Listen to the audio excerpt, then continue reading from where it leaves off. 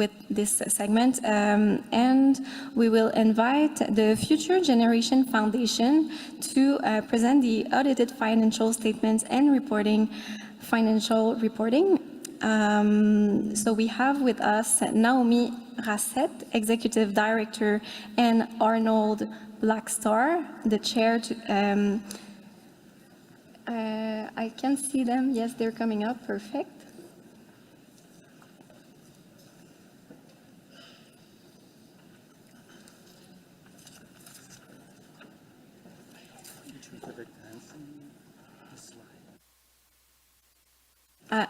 And can we put the presentation on the screen, please? Thank you so much.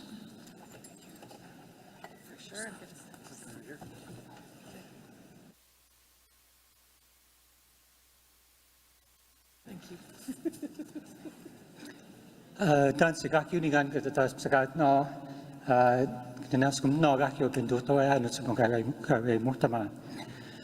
Good afternoon, chiefs, elders, guests, and delegates. My name is Arnold Blackstar. I'm the chair of the Future Generations Foundation. I'm here with my colleague Naomi Rasset, who is the executive director of the Future Generations Foundation. So the Future Generation Foundation was originally founded in 1975. It was then called the National Indian Brotherhood Trust Fund. It was set out to do research on issues that affected First Nations across Canada.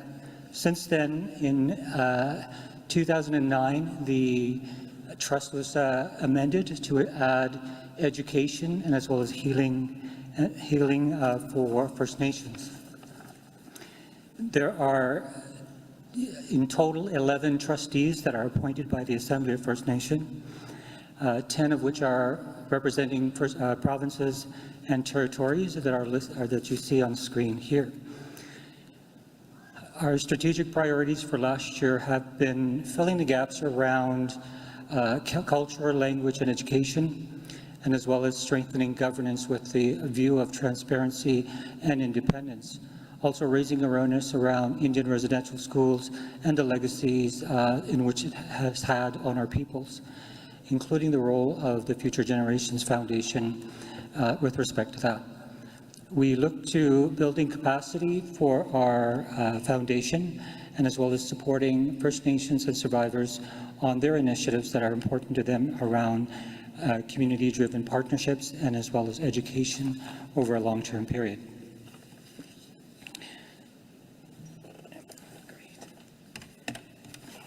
Thanks, Arnold. So I'm going to talk about what the foundation has been doing with the funds and how you can access the funds at the foundation. So we have 3 streams. We have individuals, and that's for education. It can be on-the-land education, trades and trade, training. It can be post-secondary. We also do organizations, and this is where First Nations can apply to access funds to do programming in their community. And then we have a Continuing Their Journey program, which is to address the unmarked burials and missing children at residential school sites. In total, we have granted, since inception, about 2015 is when we first received the first transfer from the Indian Residential School Agreement. We've granted $115.7 million across the 3 programs across the country. The one program a couple of programs I want to highlight is the Continuing Our Journey program. I want to let you all know that this is for the work around the missing children unmarked burials again. There is $9.85 million available. So if you'd like to access it, just reach out. I'm on the floor of the day. We also have a booth in the trade show. You can come and find out more if the survivors or elders or leadership in your community is doing this work. There are funds to help you do that work. The next is our organization call, and this year we funded about 115 organizations. 90% of those organizations were First Nations communities or organizations. One of the key items that have changed this year in this sort of granting stream is normally only qualified donees or charitable organizations could access these funds, but FGF this year has opened it up to all First Nations communities. We've removed the restriction of qualified donee. So we're really hoping that's removing that barrier so that we can have more First Nations access this fund. You'll see here how the funds are being spent and where they're going. And so 50% of those, the organization we funded, are in the cultural language sort of programming. And then we also have about 25% in the healing. So those seem to be the focuses of what community would like to do. Next, I guess, is our individuals. In the individuals, those are students learning culture, language, traditional craft, traditional skills, also university, also trades and training. There was 1,117 funded, and we funded 90% of applicants. That's a huge increase from last year, which was 53% of applicants were funded, so we're up to 90%, and that comes from something I'll talk about a little bit later about raising funds. So this is just the breakdown of where those funds went. 90% went to university currently, and 8% went to cultural learning. So we'd like to see that get more to cultural learning, but that comes with time. The next part is campaign to raise funds. So one of the key parts of the Indian Residential School Settlement Agreement is there are limitations in that agreement. And currently we have over 87 First Nations and First Nation organizations that can access the ERSA fund for up to 10 years. And that's a limitation in the agreement. So we started raising funds to start addressing that gap. And this year we funded 18 First Nations from the raised funds, as well as we increased our individuals from 53% to 90% funded. So it's really supporting us in funding those gaps. And we granted $2.9 million in donation money to First Nations across the country. So I'll turn it back to Arnold to give you the overview of the financials.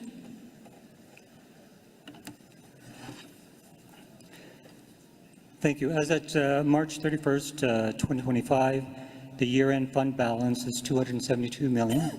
Of that is the legacy fund is $166 million, the education fund is $105 million, and other funds through donations and so on are about $200,000. The total investment income for the year of 24-25 is $25 million. Of that, the educational legacy fund is $10 million. The education fund is $15 million, and other funds is around $600K. Distribution to beneficiaries, both individual and groups, the education fund of $13 million, the Métis fund at $0.54 million, and other donations around $2.92 million. Total administration expenses are $2.4 million, with the Indian Residential School Settlement Agreement funding covering $1.8 million, about 12.69% of the overall cost. The investment update over the 2024-25 fiscal year saw a positive return on investment, about 10%. The total investment returns, as at March 31st, total $25.4 million. Thank you. The last 5 years, this represents about 1.1%. So the fund balances as at March 31st are the legacy fund is at $166.33 million, representing about 61%. The education fund is $105 million, representing about 39%. And then all the other funds are from donations and other sources at about 8% of the overall funding. The Métis Fund has been fully expanded as of 24-25, and the Future Generations Foundation has now fulfilled its obligations under the Indian Residential School Settlement Agreement. We are in the final stages of reconciling the year-end, and so we'll be closing that fund for that. All of our reports, including details of what we presented today, are available online. You could see us at fgfoundation.ca for details, or contact us as where you see the information here. Again, kakyo ginanasu na naskabendotoya utangaya nan gisinki way ni tekwachmiako. I thank you all for listening to us, and we'll be available for the next 3 days should you have any questions, comments. Thank you.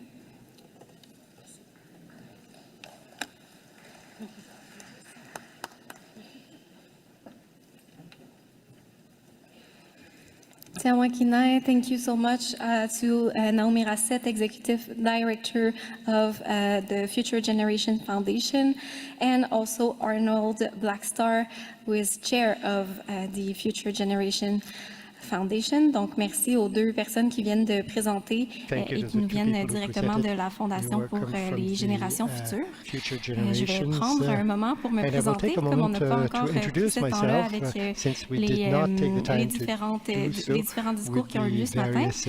Donc, mon nom est Véronique Yokwa-Sianendaye Picard. Je viens de Wendake. Je suis de la nation Wendat. Ndiwawiti, Haskinonya Yes, Wendat Endi, Yanariskwa Iwaisio Kuta, Yokwa-Sianendaye Hiatsi. Hi everyone, my name is Véronique Yokwa-Sianendaye Picard, and I have the honor of to be the youth co-chair for this assembly. It is my third assembly as a youth co-chair. So thank you for making this spot for me to learn in this role. I will now have just a little housekeeping for the chiefs that are on Zoom. So if you want to make sure that you show, you put your name on your little name, you can change it, just to make sure that we see your title. So if you're chief or proxy, as well as your first name, last name, and your First Nation. Just making sure that everyone has their right name on the Zoom. I would also want to take a moment to make sure that everyone knows where the accessibility team is. They are located over there at your left, my right, of the stage. So there's a little waving of the end, and they always have yellow armbands. So if ever you need to have a different seating, to adjust your seating, to have more room for you, or if you need assistance to go around the venue, you can ask them and they will be more than happy to help you with that. I would also like to acknowledge our sign language team with Debbie Parliament. They are doing translation in sign language in I'm sorry, I just want to make sure I'm saying the right name. So the American Sign Language, as well as La Langue des Signes Québécoise. And the Quebec Sign Language. Acknowledge that they're going to be on the stage at my right all of the 3 days that we'll be together. And now that all of this is said, I will now pass the mic to my colleague Cedric to go to a very well-weighted moment, starting with the resolutions. Thank you.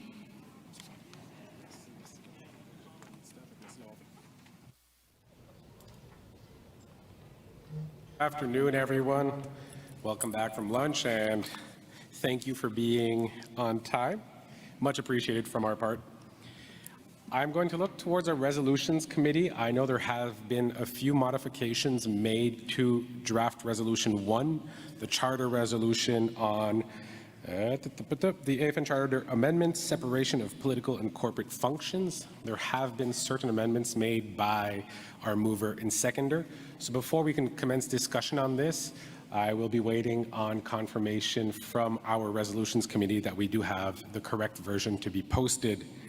Just as a quick note also, I hope you are okay with hearing my voice, because one of the rules for a charter resolution reads, in the case of charter/organizational resolutions, the chairperson will read the resolution in its entirety. So we do have about 7 pages to go through before we can commence a discussion on it. This is for the record, and again, it's part of the process for charter resolutions, which must be the first decision taken in the day. We'll take the time also just to remind you that there is the Circle of Trade. For those who haven't been yet and who aren't used to this place, I wasn't either at first. So on either exit, you just head down the hallway. There should be a little door It looks weird. It looks like you're going to a garage. You're in the right place. Just keep going, and you will hit the circle of trade. They are open, I think, for 2.5 days, so just making sure that if you do have things that you want to go by, that you take the time to go and visit them.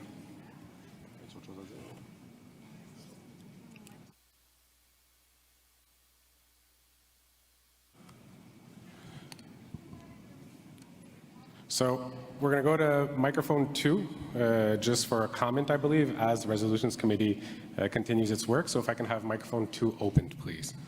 Thank you, Cedric. I just wanted, I'm Mary TG, Takla Nation Chief Proxy for Saikas First Nation. I just wanted, I guess, a process or a point of order. So the audit financial statements were reported on, are those not accepted, or is that just for information? Because I think it's really important right now, we're in a very critical time with the long-term reform, and as many people are aware that there hasn't been negotiations, nor has there been money to do that. We have been given a very tight timeline of 4 months to come up with a national framework, a national plan for child and family long-term reform. And part of that is the Caring Society, AFN, and the National Children's Chiefs Commission are charged to do that work, and including that consultation and engagement. So what I would have liked to have proposed to the audited statements, or whatever the process would be, I'm at your mercy here to see how do we do this. Do we have to put in a late resolution? But time is of the essence. That I would like to see all surplus funding that has been disclosed on the audited financial statement to be allocated to the National Children's Chiefs Commission to support implementation of 2025 CHRT Order 80 and other related orders. I think that we're here at this point because there has not been any movement by Canada for funding that. There has been funding allocated elsewhere, but I think this is time sensitive. So with your indulgence, what would be the proper process to do this? Perfect. So point of order raised.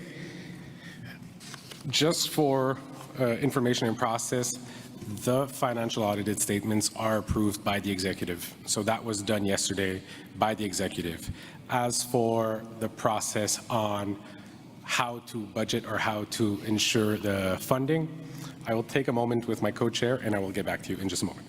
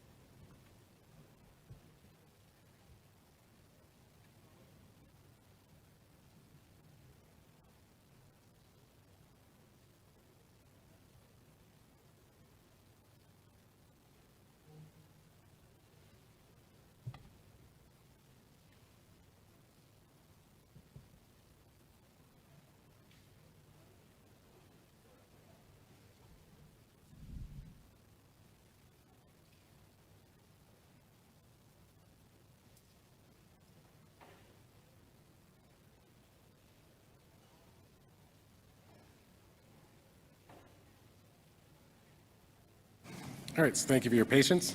So again, I believe what you said was the right process. You'd have to put in a late resolution. There is the rule that says that late resolutions would pass after all of the other material. The answer to that then is the emergency resolution. So a request can be made that is of an urgent and emerging nature will be qualified as emergency resolution and will be processed on a priority basis when, and there's 3 points to request. It is in relation to an emergent issue of concern to the First Nations in Assembly that requires intervention prior to the next scheduled Assembly, again, which is in December. It is in relation to a situation that has national implications. And the resolution complies with all other guidelines for resolutions set out in this policy, including processing through the Resolutions Committee. There may also be, in rare cases, as is written, in rare cases, a late resolution may be processed and prioritized as an emergency resolution if it meets this additional criteria. It is submitted to the Resolutions Committee, and it is supported by at least half of the members of the AFN Executive Committee. So that would be the process to follow for this point. Microphone number 2, please. So I'll have the resolution by the end of the day as because we meet all the criteria. All right? Just so you know, Cedric. Thank you. So I will look towards our Resolutions Committee for Charter Resolution 1. Do we have the correct wording ready for the board?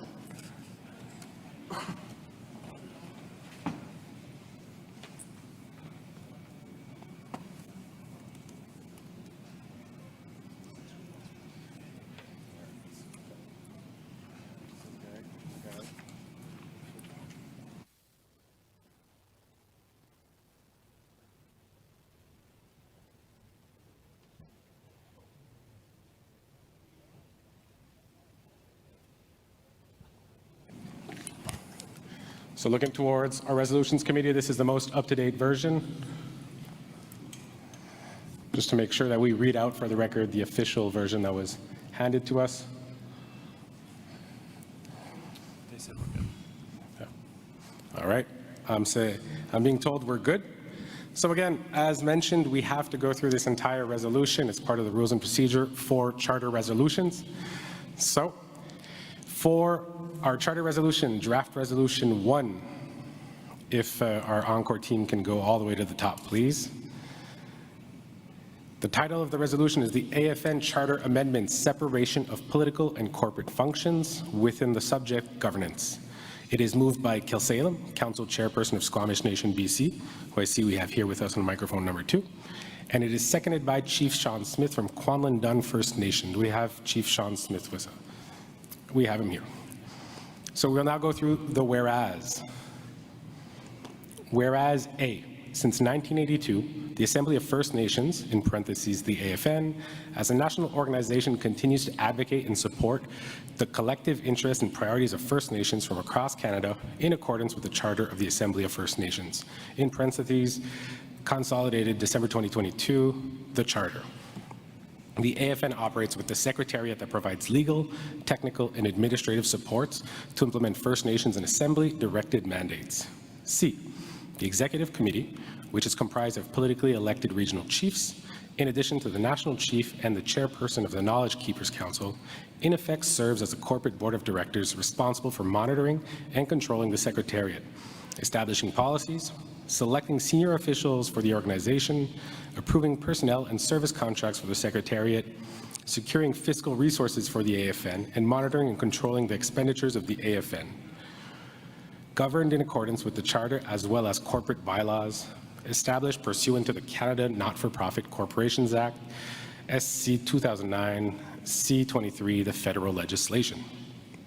D, corporate oversight and support to the Secretariat, guided by technical expertise, is necessary for the effective and efficient operations of the AFN. E, the Executive Committee, with its current composition of politically elected regional chiefs, does not provide the technical expertise necessary to support the Secretariat's operations, and being governed by the federal corporate bylaws, has and continues to restrict the regional chief's ability to advance the political directives of the First Nations and Assembly, and has resulted from time to time in conflicting priorities as regional chiefs and the Board of Directors. F, the United Nations Declarations of the Rights of Indigenous Peoples states, I, Article 18, Indigenous peoples have the right to participate in decision-making in matters which would affect their rights through representatives chosen by themselves in accordance with their own procedure, as well as to maintain and develop their own Indigenous decision-making institutions. G, it is recommended that the Charter be amended to alleviate the corporate responsibilities of the Executive Committee so that the regional chiefs can focus and provide dedicated political support and advocacy to the First Nations in between assemblies, and to enhance the support of the Secretariat with a new corporate board of directors equipped with experienced technical expertise. H, the separation of political leadership from corporate governance is consistent with best practices in nonprofit, public, and Indigenous governance models, and is intended to safeguard the integrity, transparency, and operational accountability of the AFN.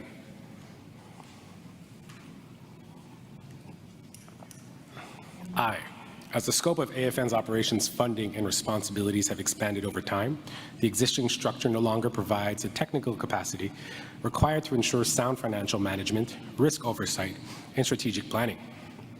J, the Executive Committee must be free to focus fully on political advocacy, national policy development, and relationship building with First Nations and the Crown, unencumbered by the administrative burdens of corporate governance. K, the creation of a Secretariat Board of Directors does not replace or override the authority of the First Nations and Assembly, but rather serves as a technical support mechanism to carry out the Assembly's mandates effectively. L, the Charter may be amended in accordance with Article 28, which states, the Charter may be amended by consensus or general agreement of the chiefs or their duly accredited proxy of the First Nation present at any annual meeting or special meeting of the First Nations and Assembly, provided that at least 60 days written notice is given to the First Nations in advance of the annual meeting or special meeting at which such amendment is to be tabled. M, the requirements set out in Article 28 of the Charter have been satisfied. N, in accordance with the spirit and intent of this resolution, it is proposed that the Charter be amended in chronological order as follows. We have three categories: articles, current language, and proposed amendment. So for the section Executive Committee, Article 18.7, which reads, the Executive Committee shall secure fiscal resources for the Assembly of First Nations and monitor and control the expenditures of the Assembly of First Nations. The proposed amendment is repealed, replaced with the Secretariat Board of Directors, assuming this responsibility in accordance with Article 26. In the section National Chief, Article 20.1, the National Chief is a member of and is not separate and apart from the Executive Committee. He functions as a member of a collective leadership. To be replaced by, the National Chief is not independent, is a part of the collective leadership within the Assembly of First Nations. The National Chief serves as a member of the First Nations and Assembly, the Executive Committee, and the Secretariat Board of Directors, and is obligated to uphold the responsibilities as set out in the Charter. Article 20.5, the National Chief shall maintain and direct the Secretariat in accordance with the directions set by the Executive Committee, the Confederacy of Nations, and the First Nations and Assembly. Would be repealed. Article 20.6, the National Chief shall preside over the Executive Committee and the Confederacy of Nations meetings. Would be replaced by, the National Chief shall preside over the meetings for the Secretariat Board of Directors, the Executive Committee, and the Confederacy of Nations. Article 20.7, the National Chief shall develop a budget for the office of the National Chief and the rest of the Executive Committee and shall retain support. I do believe this one might go lower. Thank you. Support staff to help the Executive Committee carry out their duties and obligations to the First Nations. If we can scroll back up. Thank you, Encore, for your cooperation.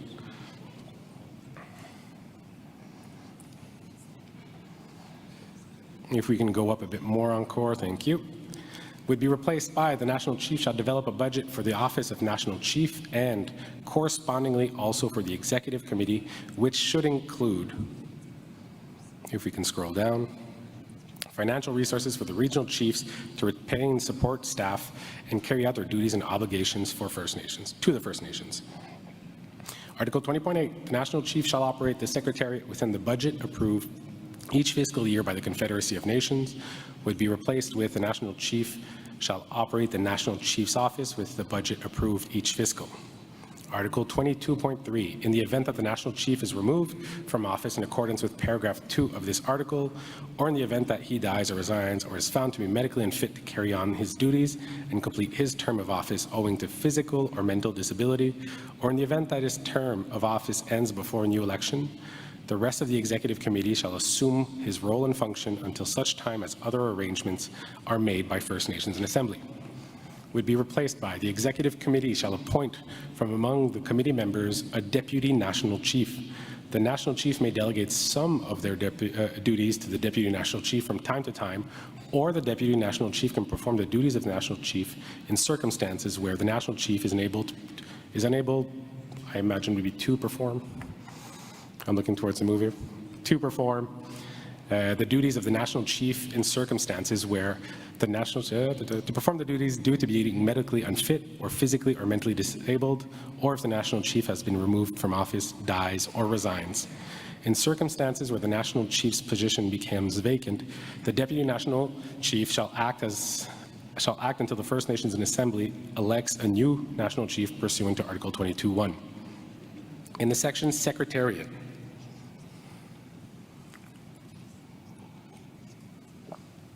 Article 25, the Secretariat of the AFN shall be comprised of the Executive Committee and such administrative, technical, and support staff as the Assembly of First Nations may require. To be replaced with, the Secretariat shall be comprised of the Secretariat Board of Directors and such administrative, technical, and support staff as the Assembly of First Nations may require. Article 26, the Secretariat shall function in accordance with its bylaws, but so as to ensure the implementation of the decisions of the First Nations in Assembly and those of the Confederacy of Nations consistent with the decisions of the First Nations in Assembly. To be replaced by, the Secretariat shall be governed by the Secretariat Board of Directors in accordance with their charter and the approved bylaws and any other applicable laws, so as to ensure the implementation of the decisions of First Nations in Assembly and those of the Confederacy of Nations consistent with the decisions of the First Nations. We now go into new articles. So in the section Secretariat Board of Director, new Article 26B.1, size and quorum of the Secretariat Board of Directors, would add, the Secretariat Board of Directors shall consist of 7 members. Quorum shall require 4 directors to be in attendance. In case where quorum has been achieved and a director may need to recuse themselves for the discussion due to a conflict of interest, the director's recusal or removal from the discussion will not impair quorum. New Article 26B.2, nominations. The Secretariat Board of Directors will be nominated and selected in accordance with this charter, AFN policies, corporate bylaws, or applicable laws as required. Every 3 years, the Secretariat shall issue a nationwide public call for director nominations in accordance with a nomination and selection policy. New Article 26B.3, term of office. Directors shall serve for a 3-year term with a maximum of 2 consecutive full terms. Terms will be staggered to ensure corporate continuity in service. New Article 26B.4, appointments and grounds for removal. The First Nations in Assembly shall appoint the directors to the Secretariat Board of Directors. The First Nations in Assembly may remove a director from the board on the grounds that the individual has been found to have breached the AFN Charter, their oath of office or independence, or AFN policies, or violated the applicable governing bylaws or laws. New Article 26B.5, vacancies on the board. Should a vacancy occur on the Secretariat Board of Directors, midterm, the Executive Committee may fill the vacancy by selecting a name from a roster of shortlisted candidates. If there are no shortlist candidates available to fill the vacancy, a selection panel in accordance with AFN policies will be convened to select and recommend at least 2 qualified candidates for the consideration and approval of the First Nations in Assembly at the next duly called Assembly. New Article 26B.6, the authorities, obligations, and responsibilities of the Secretariat Board of Directors. The Secretariat Board of Directors shall monitor and control the Secretariat, set policy for the internal operations of the Secretariat, select all senior officers, and establish policies for the management of all personnel or service contracts. The Secretariat Board of Directors shall oversee the responsibilities of the Secretariat with particular regard to A, financial management and performance, B, audit and risk, C, human resources and compensation, and D, operation policies. To oversee for the purpose of this article means the independent review, direction, and monitoring of the financial management of the Secretariat, human resource practices, operational policies, risk management, and performance reviews to ensure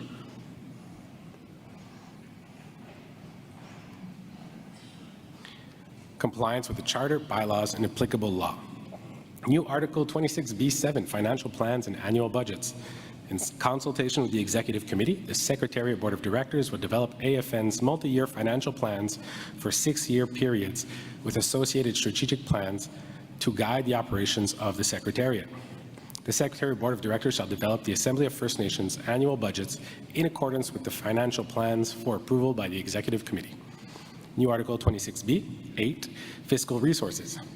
The Secretariat Board of Directors shall secure fiscal resources for the Assembly of First Nations and monitor and control the expenditures of the Assembly of First Nations.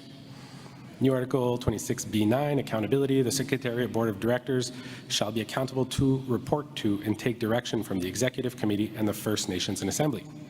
New Article 26B.10, policies and procedures. The Secretariat Board of Directors shall develop a rules and procedures policy for the operations of the board and to include an oath of office. independence, and code of conduct for a director to swear before the First Nations and Assembly and to uphold during the service on the board. The Secretariat Board of Directors shall develop a governance manual to support the operations of the Board of Directors. And the Secretariat Board of Directors is authorized to establish committees to support the board's duties and responsibilities under this article. Whereas, for the purpose of establishing and maintaining the Secretariat Board of Directors, it is recommended that the Secretariat develop a nomination and selection policy to provide an open and transparent process established in accordance with the following considerations and requirements. P, public notice. The nomination process shall be publicly advertised on the official AFN website and through all recognized AFN communication channels. Q, delivery of submissions. Nominations shall be submitted to the AFN Secretariat. R, nomination submission requirements. Each nomination must include a complete biography, a statement of qualification demonstrating leadership, experience, and expertise in one or more of the following areas: financial, management, human resource management, operations policy, or strategic planning. A maximum of 2 references that addresses a person's qualifications based on skill, knowledge, and/or experience. Additional information that may be required by the current executive committee to assess the individual's suitability, and an informed consent in writing for the AFN to conduct a criminal record and credit bureau check. S, board composition requirements.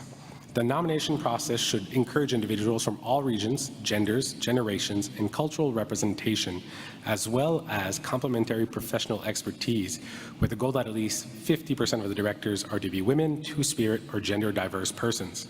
At a minimum, there should be at least 1 chartered professional accountant, CPA, and 1 senior HR professional, CHRL, PHR, or equivalent.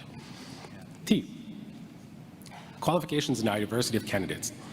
Individuals to be qualified to serve on the Secretariat Board of Directors must possess proven leadership experience and a demonstrated track record in governance and community leadership, expertise in at least 1 relevant field of either financial management, human resources, operations, policy, or strategic planning, a demonstrated history of integrity, transparency, and accountability, and public recognition by one's community for excellence in service and leadership. Timelines. The nomination process will commence 180 calendar days before the date of the assembly in which the Secretariat Board of Directors are to be appointed. All complete nomination submissions must be filed and received by the Secretariat no later than 90 calendar days before the assembly in which the Secretariat Board of Directors are to be appointed. In establishing the initial Secretariat Board of Directors, the Executive Committee shall review all the nominations submitted and establish a short list of eligible candidates no later than 45 calendar days before the date of the assembly when the Secretariat Board of Directors is to be appointed. V, shortlisting process. The Secretariat shall compile a complete list of nominations and forward to the Executive Committee and an arm's-length selection panel, which would include representatives from the AFN's Council of Youth, Women, Veterans, and/or the 2S LGBTQIA for evaluation and to inform a shortlist. The selection process will aim to identify at least 7 and no more than 10 candidates with an interest in appointing 7 directors. 4 of the 7 resulting directors are to be independent and cannot be a current AFN employee or contractor of the Secretariat, a sitting chief proxy or executive committee member, or have material, financial, or familial relationships with an employee of the Secretariat that could or would influence their judgment. W, appointment and removal. The First Nations and Assembly will confirm the appointment of the Secretariat Board of Directors and may remove any director in accordance with the Charter. X, it is recommended that the Secretariat Board of Directors establish a governance manual to guide the board's oversight and operations of the Secretariat and support the governance of the AFN, and should include the following considerations and requirement. 1, compliance with the AFN Charter. All matters under the governance manual should ensure that actions or decisions conducted on behalf of the AFN are to uphold and comply with the AFN Charter. II, non-compliance of the manual. A substantive non-compliance with the manual would constitute a breach of the AFN Charter. The manual should identify the distinction between a substantive non-compliance and a technical non-compliance. Chair, III, Chair and Deputy Chair. The Secretary Board of Directors shall choose a chair amongst the directors as well as a deputy chair to serve in circumstances where the chair either delegates their duties or is unable to fulfill their duties. And IV, establishment of committees. The Board of Directors at a minimum should establish the following committees to support the ongoing work of the Secretariat. A, audit and risk. B, finance and performance. C, human resources and compensation. And D, nominations. V, terms of reference, to define the selection, goals, scope, and responsibilities of AFN representatives, including the National Chief. And VI, annual review of amendments. In accordance with the Secretariat Board of Directions authority to establish a governance manual, the board may amend the policy from time to time following either annual reviews or biannual reviews, whichever is appropriate. Therefore, be it resolved that the First Nations and Assembly 1. Approves removing the corporate board responsibilities from the Executive Committee to allow First Nations, the Assembly of First Nations, AFN, organ to focus and advance the political leadership that is necessary to realize the mandates directed by the First Nations and Assembly and the interests of the First Nations in between assemblies. 2. Approves establishing the AFN Secretariat Board of Directors to be comprised of experienced technical professionals to fulfill the corporate-related responsibilities and obligations to advance and support the administrative operations of the AFN. 3. Approves the considerations and requirements for the development of a nomination and selection process to establish and operate a resulting Secretariat Board of Directors. 4. Approves the considerations and requirement to develop and operate a governance manual. 5. Approves amendments to the AFN Charter in accordance with this resolution. 6. Directs the AFN Secretariat to develop an implementation plan informed by a legal analysis, financial analysis, and a work plan to A, support the implementation of the amendments of the Charter as set out in whereas N of this resolution, and B, develop a nomination and selection policy to establish a Secretariat Board of Directors as set out in whereas O2X of this resolution. Therefore, be it resolved 7, directs the AFN Secretariat to present the implementation plan, including nomination and selection policy, to the First Nations and Assembly in December 2025, and work with the mover and seconder of this resolution to bring that implementation plan forward through a resolution for the consideration and approval by First Nations and Assembly of that at that Assembly.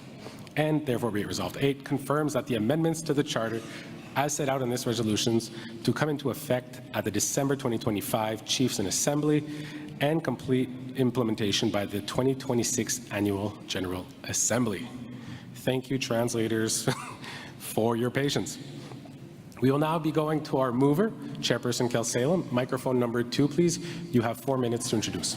Thank you, and thank you for wonderfully reading out that lengthy resolution. And my apologies, delegates, it's because of the resolution guidelines. Everything has to be written into a resolution. You're not allowed to submit addendums or additional documents.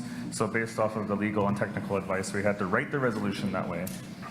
Many of you have heard me speak before about charter renewal and around this organization, and many times I speak at this mic very passionately about these issues. And I don't do it with speaking notes, but today I have speaking notes based off this letter that I've written, because I want to speak as truthfully as I can. So I'm going to read sections of this letter that has been distributed on this topic.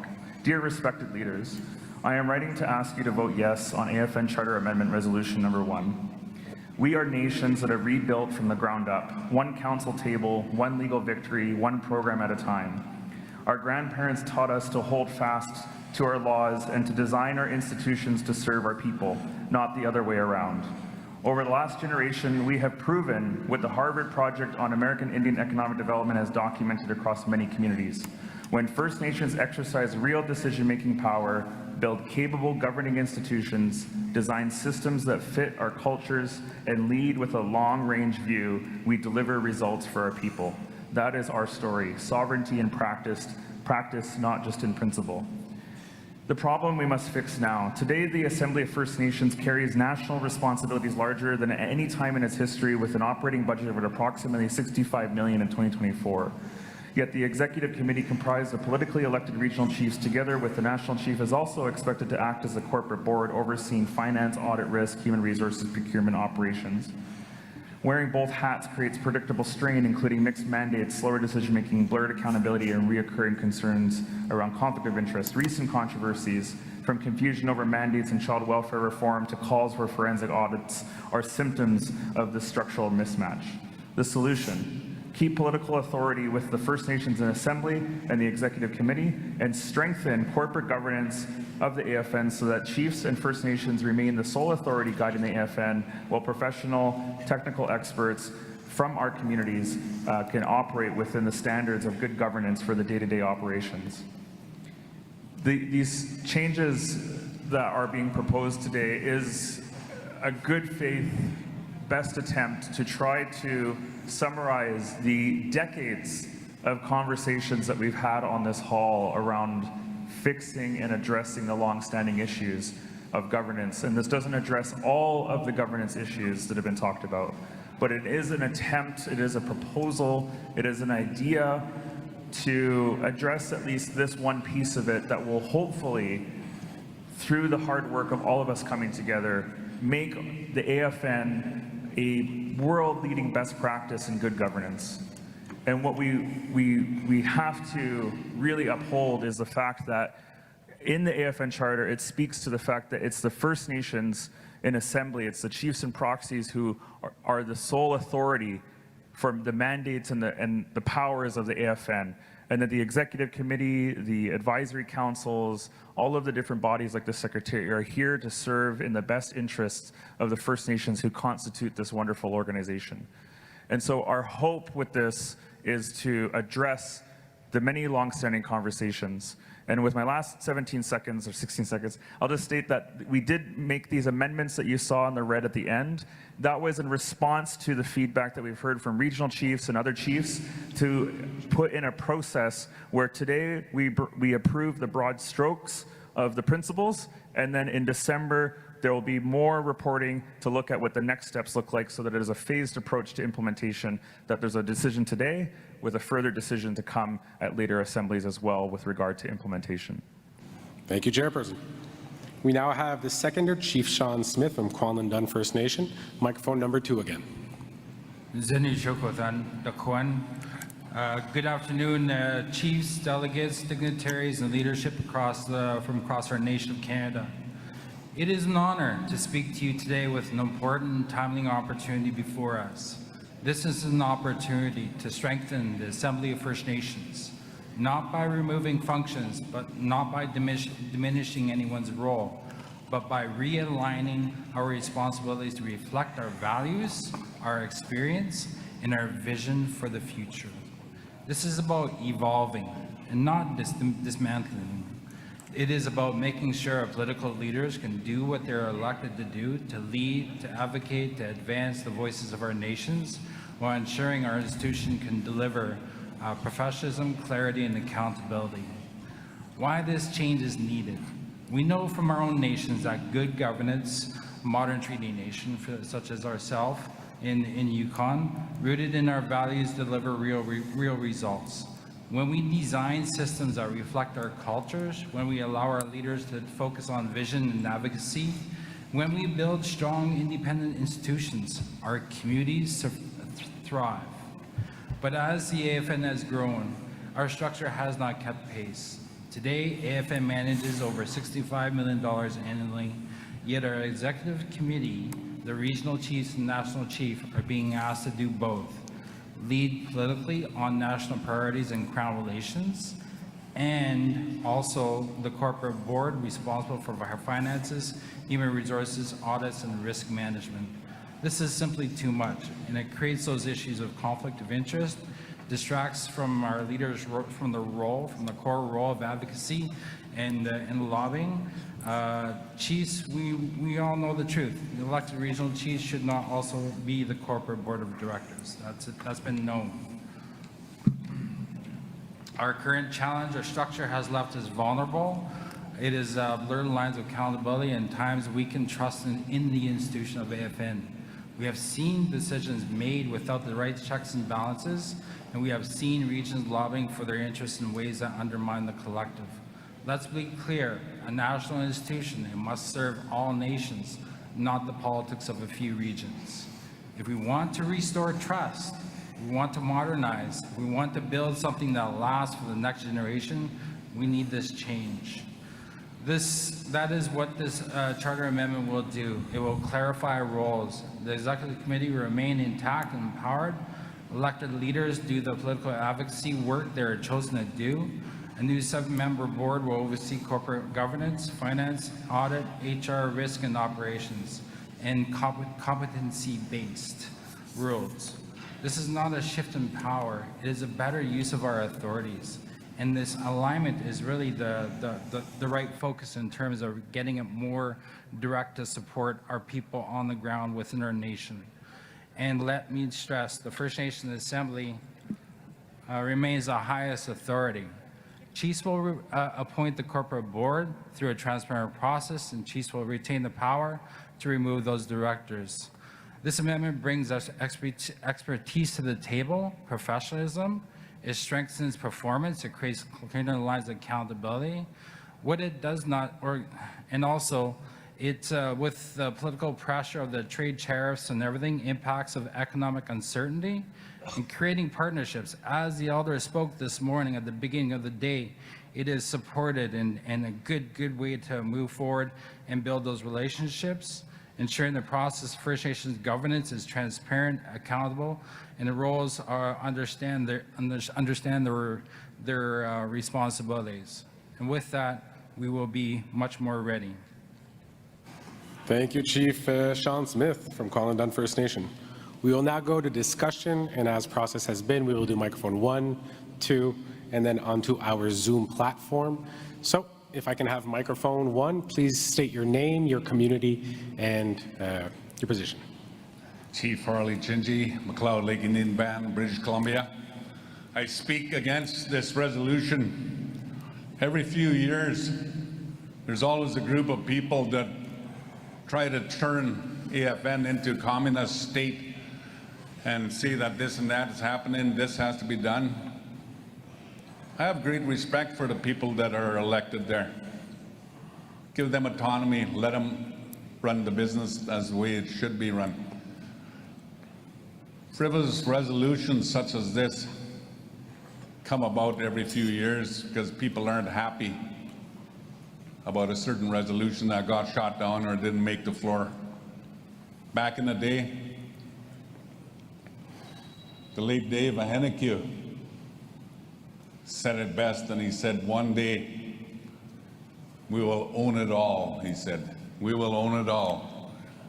We're well on our way to doing that today. And with that, I call question. Thank you. Thank you, Chief Gigi. So again, as has been mentioned multiple times, when someone calls question, is a suggestion to us, but as we see, we have many speakers. We will be going for discussion and keep going. If I can have microphone number 2.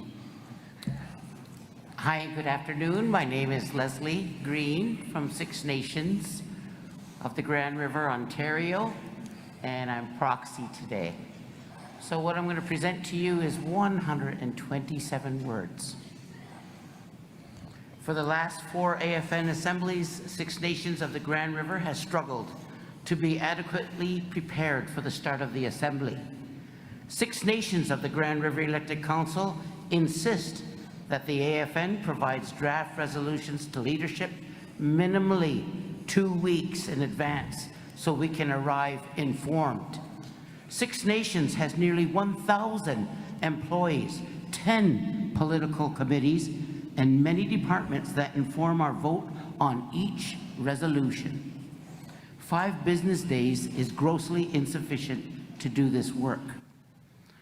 I expect there are other leadership in this room that would support our request, which ultimately is about giving our leadership the time to consult and engage. By extension, it supports good decision-making while ensuring that the resolutions are truly representative of all the nations. Thank you. Thank you, Proxy Green. I will look towards our Zoom participants. As a reminder, you must use the raise hand function. So if you wiggle your mouse around, you'll see it at the bottom. You might see it also in interactions or actions. You might have to go through there to get it. For now, I don't see anyone, so let's go back to microphone number 1, please. Good afternoon, everyone. I'm grateful to see you all here today on Treaty 1 territory. I want to acknowledge the host drum for leading us in grand entry this morning and acknowledge the elders who started our assembly in a good way. I'm Chief Jenny Brake, and I'm Newfoundland representative on the Chiefs Committee of Charter Renewal. And I'm speaking today as both leadership in my community and as a member of the committee. The Chiefs Committee on Charter Renewal met last week to discuss this resolution, and there were a number of concerns that were raised. A major concern is that I have is how this would impact the representativeness of our regions on a significant decision-making organ for the AFN. As a newly established region with the AFN, I don't want to see us go backward and have regions left out of the governance of the AFN.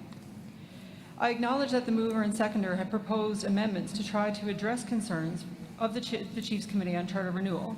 However, the amendments do not substantively address the fundamental issues.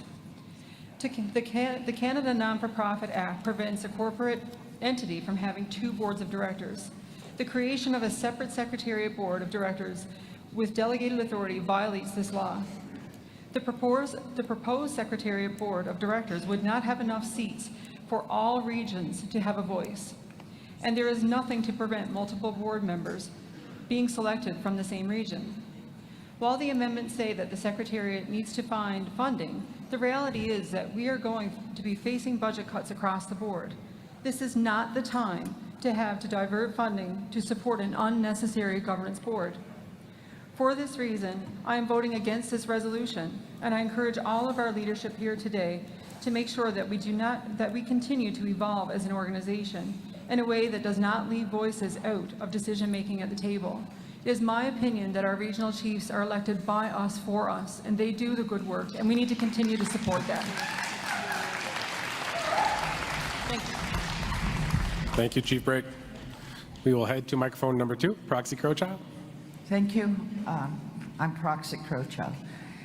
Like he said, you got me totally confused. You know, we've got the Confederacy of Nations, who's supposed to be the governing body of AFN, right? Nobody uses them. They never have a meeting. They don't have a budget. So what's going on with this? And then you have the national chief and all the regional chiefs. They collectively make a decision, and now we know the national chief is not separate from you. Meaning, the national chief cannot make decisions without the approval of the rest of the executive. Well, you know, a few years back, I witnessed an executive meeting. I watched it, and at the time, it wasn't Cindy. Actually, it was Perry Bellegarde. I watched them actually twice. Each regional chief brought in the issues from their various regions. At the end, the national chief gave his reasons and said this is how it's going to be done, without taking into consideration what the regional chiefs were bringing in from their respective regions on the issues that need to be dealt with. So there's got to be a better process where the national chief and the executive deal with all the issues that are being brought in. Now you're proposing a secretariat, and you're saying that they're going to be elected by the chiefs in assembly? Is that what you're saying? That's what I understood. Or appointed, no, the national appointed, whatever. What are they going to do? Are going to take the roles, the responsibilities of the regional chiefs? Are they going to take responsible to the executive, and then the executive responsible to the Confederacy of Nations? How is this going to work? It's really confusing, and I feel that the regional chiefs should take their issue, and the whole bunch of you should decide and seek the funds that are needed for this organization, and let the regional chiefs bring in the issues from each region and make sure that there's fair consideration for all issues dealt with. And I agree, a few people can't take over AFN, that just their issues are dealt with. And on the resolutions, we need a longer process so we can deal with them properly at home and not just a few days before the assembly is called, so we can bring our issues. So I'm really confused here, so I don't think I'm going to vote in favor of this amendment. It's got to be cleared, and I want to see the Confederacy of Nations being utilized the way they're supposed to be, so the executive can be accountable to them and not just be at free hand on what they want to do. Thank you. Thank you, Proxy Crowshaw. I see we have one hand up on our Zoom participation from Chief Lee Spahan, so if we can have him put up on our screen and unmuted, please.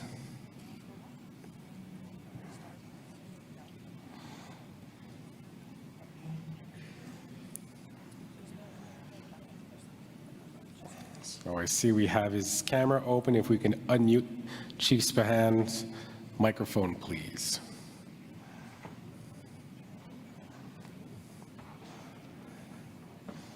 And can we have him put up on the screen?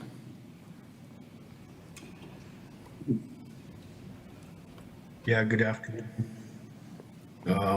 I just wanted to have a discussion about this because I recall back just after Perry Bellegarde was the national chief, there was work done on the charter renewal. And I waited year after year for an update from the AFN about what happened with all that work when there was staff going around getting recommendations from chiefs, and they were here in BC. But there was never ever no update given. But yet there's a resolution on the floor regarding the charter. And I would like to know if those recommendations from the chiefs across Canada is ever going to be put forward, because I spent almost 3/4 of a day putting my recommendations forward regarding the charter renewal for the AFN and the national chief. And I never got an update as to what happened with all that information. So I don't know if it's the executive committee or the national chief who can answer this, but I won't vote on this resolution until I get an answer, because to me, it seemed like I spent a lot of time making recommendations, but there was nothing ever brought forward to the chiefs about that charter renewal recommendations. And I don't want it seen as a waste of time, because we put a lot of time and effort into that. So my question to the executive committee and the national chief. Cooksham, thank you. Thank you, Chief Spahan. Seeing that the speakers list hasn't moved that much, I will be closing it now. So we'll have our 3 final speakers here on microphone 1, our 2 final speakers on microphone 2, and we do not have anyone else on the Zoom participation. Again, Chief Spahan, for this, we will continue the discussions. There might be more places where this would be, but with regarding to this resolution, we will continue on. So microphone number 1, please. Good afternoon, Chief Kelsey Jacko, Cold Lake First Nations. Glad to be here again. Speaking against this resolution, I'm not too sure where his resolutions go or who gives his feedback, as I had input on these resolutions before and I didn't know where they go and who brings back the word to us. And Alberta representatives, we don't even have one on the table, but yet I'm called on many a times. And we just had an audit. Where did Alberta funds go? Can Alberta have its funds? No matter what I say here, it's going to be outvoted. In Alberta, we only got 45 votes, but yet some of our bands are bigger than some of the other bands. But I have a friendly amendment. New Article 26B1. It says the Secretary Board of Directors shall consist of 7 members. Well, I want 1 member from each region. So if we can have our Encore team scroll down or scroll up to the whereas. in the table. You said 26B. Chief Jacko, can you repeat the number from the resolution? 26B1. 26B1. So for Encore, that's lower, it's in the table. 26B1, size and quorum of the Secretariat Board. So we're looking to include one member from each nation, each region. Yeah. So the Secretariat Board of Directors shall consist of one member from each region. Is the writing as it is there correct? Yeah. Perfect. Okay, and 26B4? We'll do them one at a time, if you may. So I would look towards our mover and seconder. The proposed amendment is to have the wording be changed to one member from each region. Microphone number 2. Hello. Thank you. At this time, we'll decline the suggested amendment. Thank you. Your next amendment, Chief Jacko? Microphone 1, please. Yeah, and amendment number 2 will probably get shot down again. Replace First Nations Assembly with regions, suggested because then each region can decide their own process. Like again, we don't have a seat at the table over there, and I want to know where our funding goes and release the funding to Alberta. And Chief Jacko, which article is that? 26B, number 4. So if Encore can scroll down a bit. To 26B4. Yeah, replace First Nations and Assembly with regions, suggested because then each region can decide their own process. So the wording would be remove the First Nations Assembly and replace with each region. Or regions shall appoint the directors to the service. Is that the wording that you proposed? Yes. Perfect. So I will go towards our mover. If I can have microphone 2. Thank you. Again, respectfully, just going to decline it, but also just clarify the part of the reason why it's structured the way that it is that the executive committee as regional chiefs is where that regional representation happens, and the intention is that the board of directors performing the corporate functions and the administrative functions is based off of expertise and technical experience. So they're intended to be two separate for that reason, but also to clarify, because there was a comment earlier, it's not about creating two new boards. The board of directors already exists. It's just that the way the charter is written, it defines the board as the regional chiefs and the national chief, so they combine them. So it's not creating two boards, it's actually just changing the process for how one of those bodies is appointed and the criteria for that. Thank you for the clarification. Chief Jacko, your final moments? Yeah, that's just the reason why Alberta doesn't have a regional chief, because regional chiefs, they give direction to the national chiefs and their words were just totally ignored. You know, so that's the frustration in Alberta. Masi. Thank you, Chief Jacko. Microphone number 2, please. Can we have microphone number 2 open, please? Sure. There it is. Kwekwe Shillingmore Frappier, Chief of Tamagami First Nation, and I'm speaking in opposition of the proposed charter amendment. We are nations who have rebuilt from the ground up, one council table, one legal victory, one program at a time. Because as chiefs, we know what it takes to govern ourselves, because we have lived it. Our grandparents taught us to hold fast to our own laws and to design our institutions to serve our people, not to surrender that responsibility to outside models. This amendment, no matter how well-intentioned, risks moving us in the wrong direction. It proposes to separate politics from operations by creating a professional corporate board. But let us ask one question. Whose interests will that board ultimately serve? Under federal corporate law, an unelected director's primary duty is to the corporation, not to our chiefs, not to our nations, not to our people. That is a dangerous shift. Our regional chiefs are elected to advocate and to fight for us. They carry our voices, the chiefs' voices. To also bind them with legal duties to a corporate entity pulls them in two directions and risks diluting their accountability.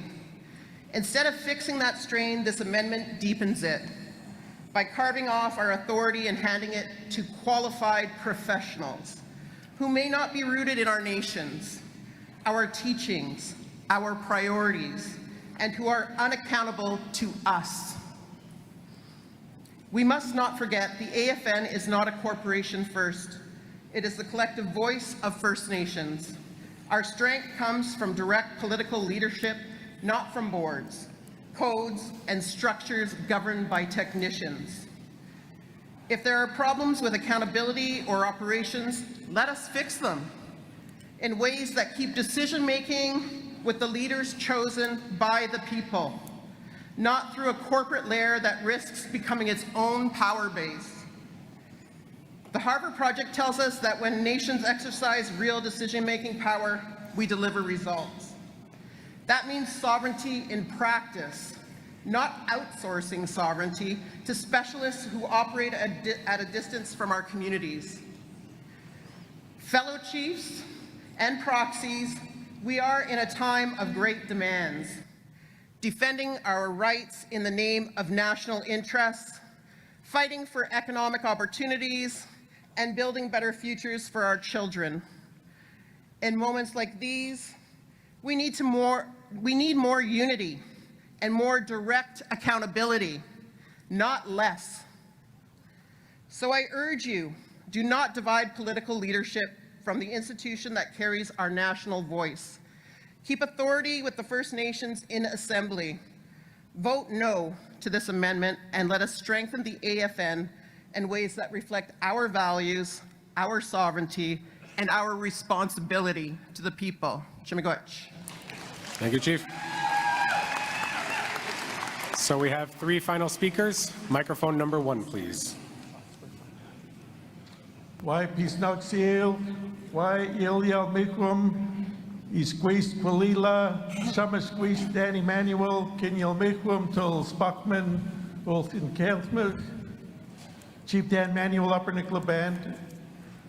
I'm speaking in opposition against this resolution for the plain fact that the importance of all the previous speakers have mentioned here. We need more time to properly reflect. I hold the national chief and the regional chiefs in high regard. I respect the work that they do in advocacy on our behalf at the direction of the chiefs in this assembly. I don't believe that creating another board to govern our corporate affairs, if that's what you want to call it, is going to improve our situation. Quite opposite, I believe it will further divide us and divide our assembly here. So I urge all chiefs to vote in opposition, and I'm going to split my time, Mr. Chair, with Chief Muskokeman. Thank you, Chief Manuel. Chief Joe Muskokeman, Chippewa Thames First Nation. First of all, I'd like to say that this is my leadership. This is my leadership. Not lawyers, not accountants, not penny pinchers. This is the people that we elected to take over the control and lead us into the future through our voices. Through our voices at these assemblies.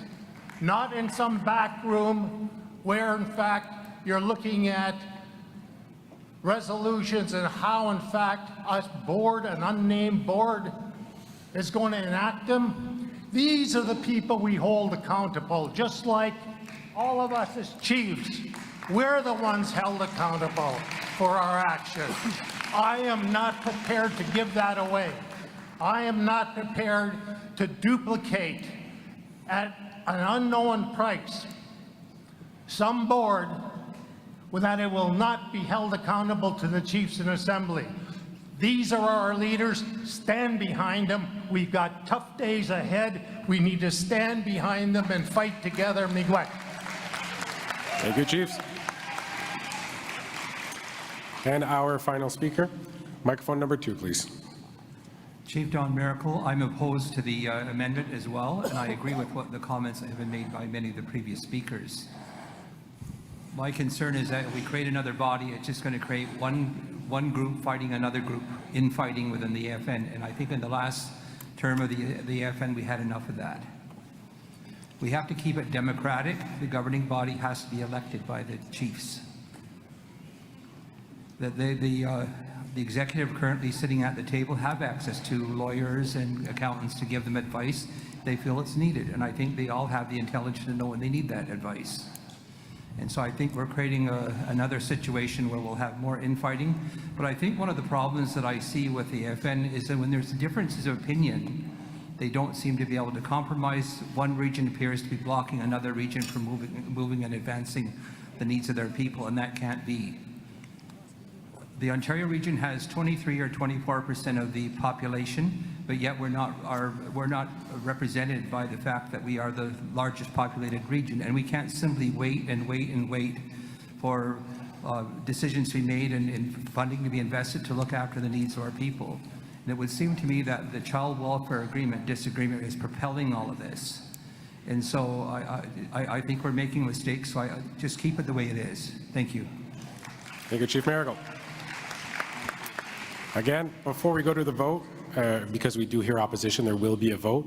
Our mover is allowed to address for 3 minutes after the question period. So I would look towards microphone 2. Counselor, you would have 3 minutes. Thank you. Thank you, and thank you to the chiefs that spoke for your words and feedback, and for this opportunity as well to clarify, I think, some of the misunderstandings and some of the comments.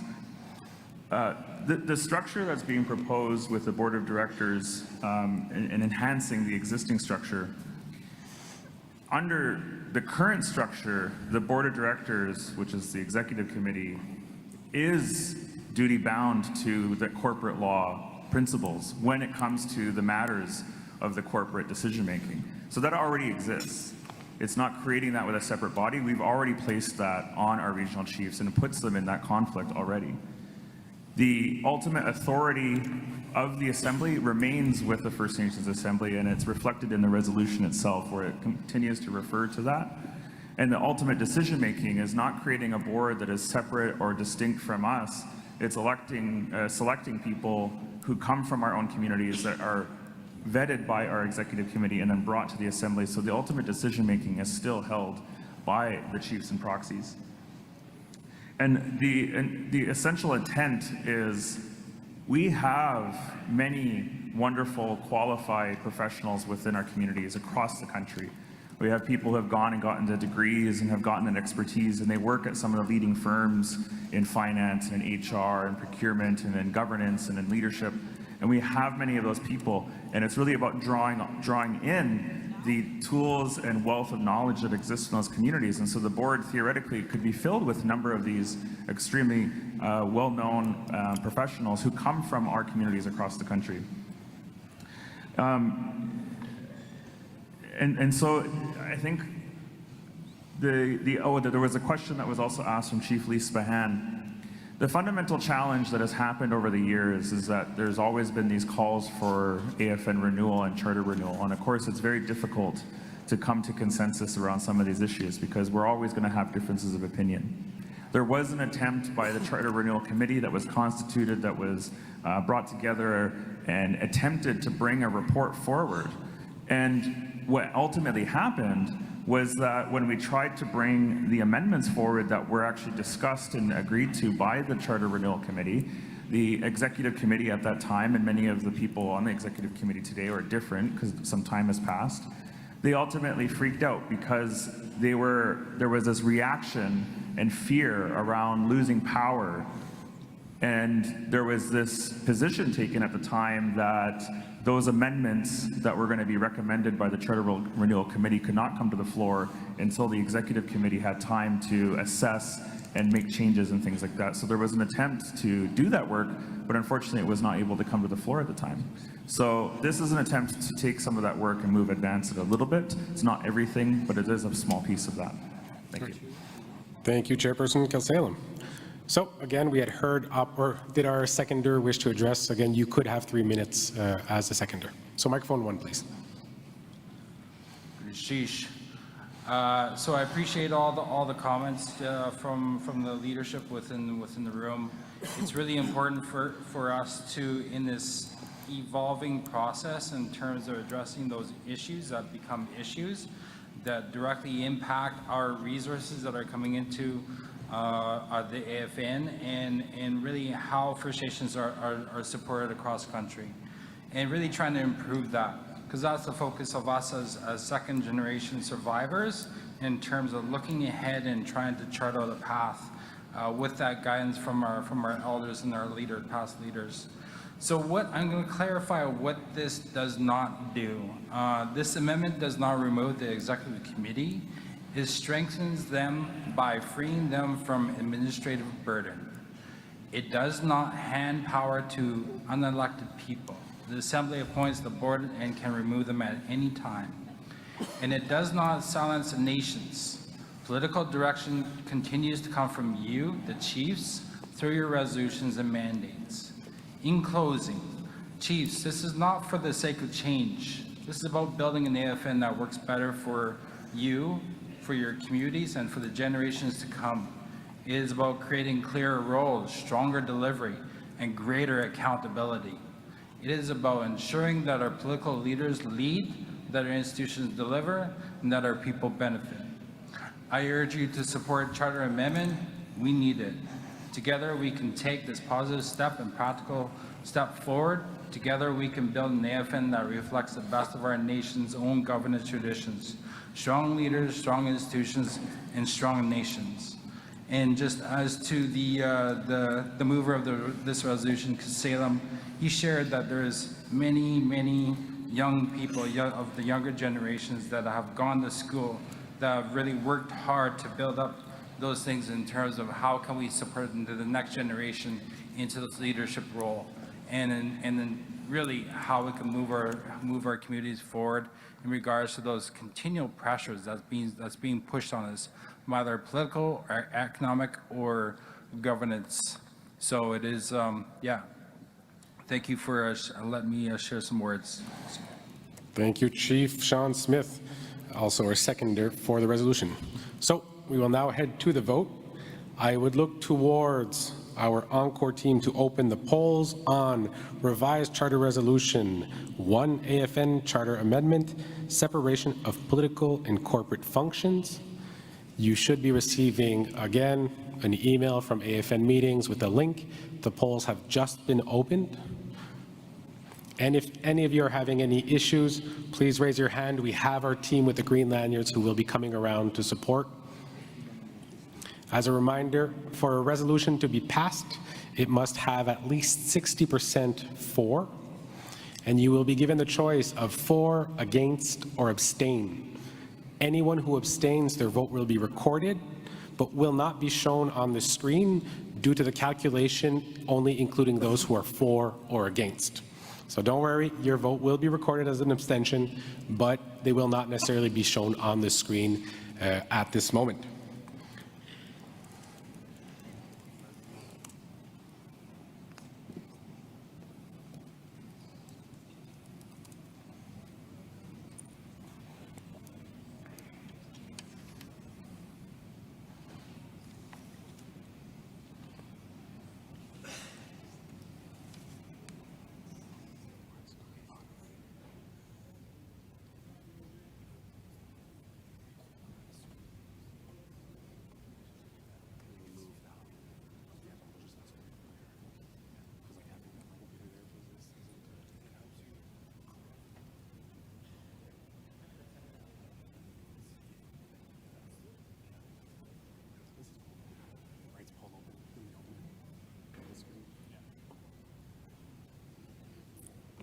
We've got quite a few already coming in. Just a reminder, if you're having any issues, please raise your hand. We do have our distribution team walking around.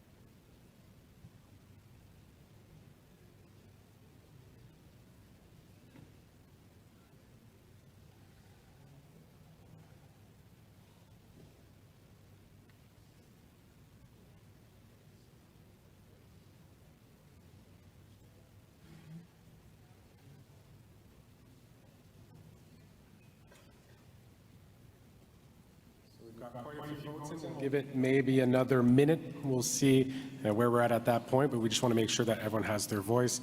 Again, you received an email. I see we have a hand up in the corner there. If someone can head over to our table here.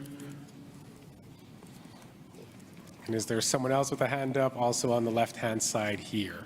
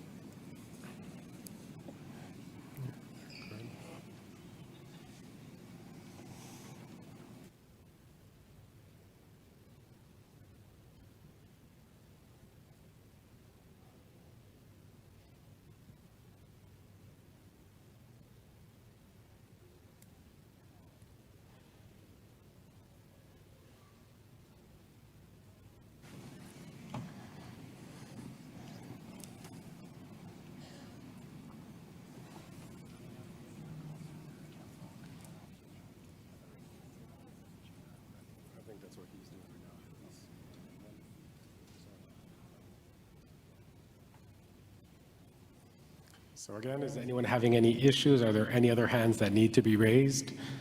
Online, you do have access to that email address and also that phone number, plus the technicians that are in the chat group. You can use the chat to talk amongst yourselves. We don't see it here. We really just see the hands that are raised.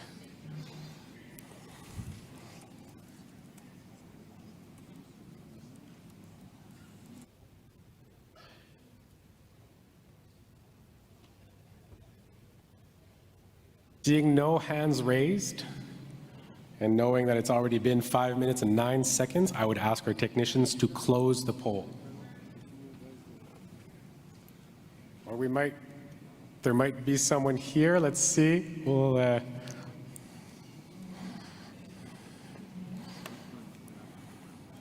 So please keep the poll open for now.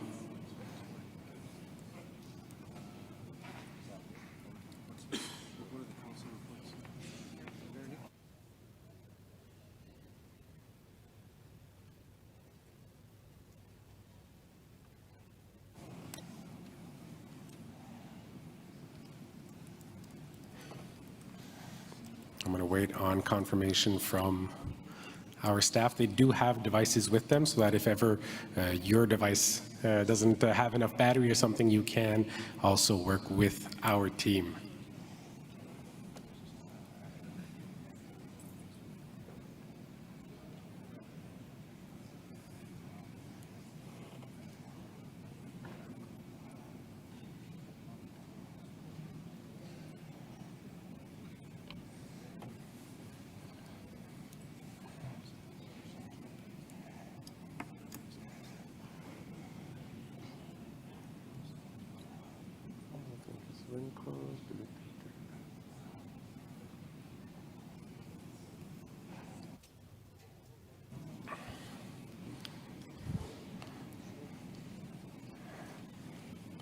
So I'll look to our team to have it closed. I see that we are closed here. So if the results can be posted on the screen, again, a resolution requires 60% for to pass. And as a reminder, those who have abstained, you will not appear on the board, but it has been recorded. So the results for Revised Charter Resolution, AFN Charter Amendment, Separation of Political and Corporate Functions, for and in support 25%, opposed 75%, so the resolution does not pass.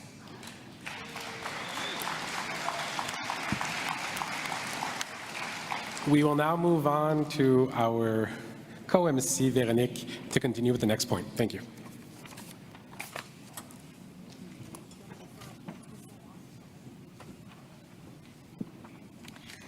So as we have about 15 minutes before the Economic Summit, we will proceed to 2 council reports. We were supposed to be doing council reports this morning, so we delayed them to later in the Assembly. But since we have a bit of time, we will do 2 of them. So we will start with the Knowledge Keepers Council. So I will ask Dr. Gwendolyn Point, as well as Chuck Hume, to do the council report. I see Gwendolyn that's just over here up front. She will come up shortly.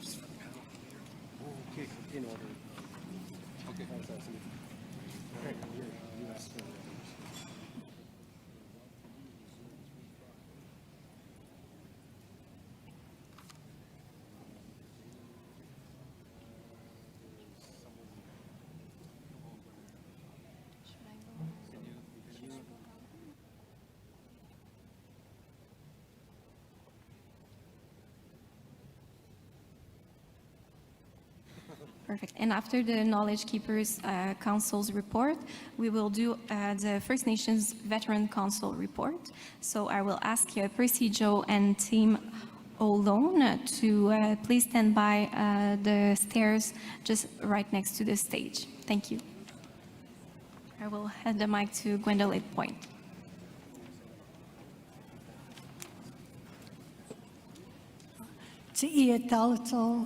To our chair and co-chairs here, as well to our national chief, our executive, and to all our leadership that are here and online.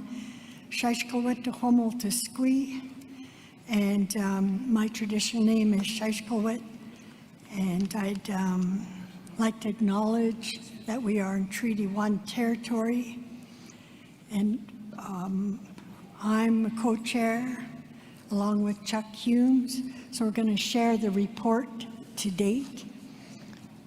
The Assembly of First Nations Knowledge Keepers Council is a vital council of the AFN as established in the AFN Charter. The Knowledge Keepers Council is an advisory body to the AFN Chiefs Committee, the AFN Secretariat, and the AFN Executive Committee. The Knowledge Keepers Council is made up of 3 knowledge keepers from each AFN-affiliated regions across Canada, representing male, female, and 2 SLGBTQIA+ communities.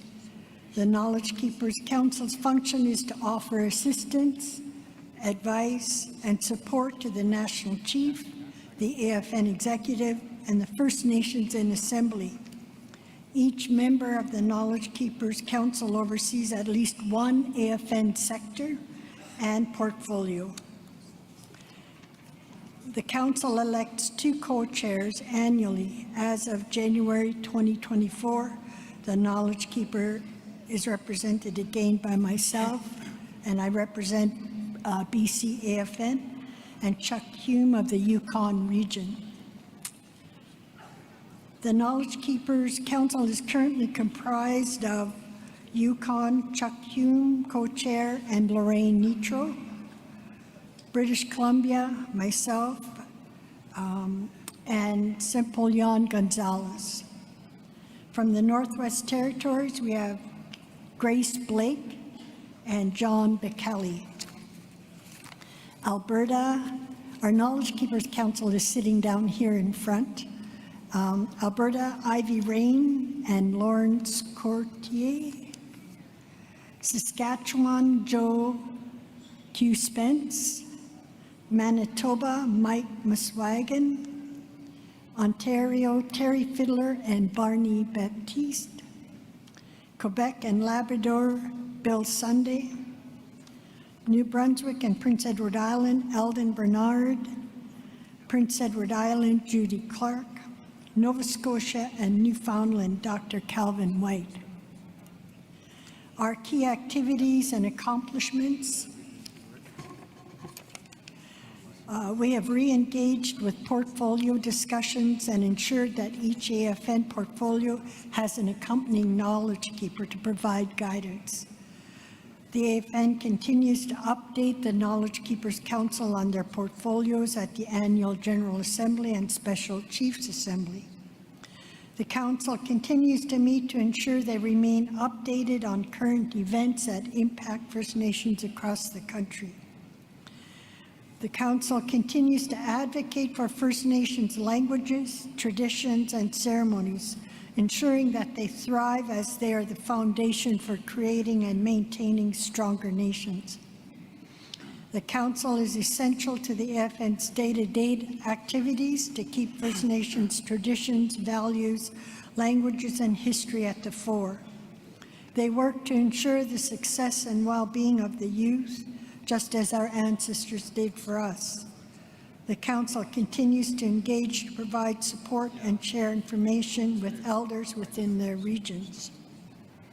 And one of the main activities we did was updating the Knowledge Keepers Council's terms of reference that allows us to continue to provide advice and support to the AFN Secretariat, AFN Committee, Chief Committees, and Council. And we've also, over the years, have provided support to our staff, our AFN staff, in the different areas. The other is aligning our portfolios. The Knowledge Keeper assigned portfolios to each council member, ensuring that each AFN portfolio is supported by a Knowledge Keeper who provides the necessary guidance and participates in sector meetings. So to Iat Dalitzel, thank you, and I'm going to turn it over to my co-chair, Chuck.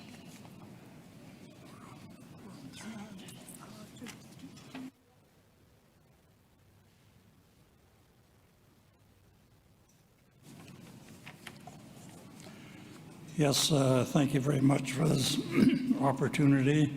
And as you've heard some of the report already, that I share along with our and I'll continue on.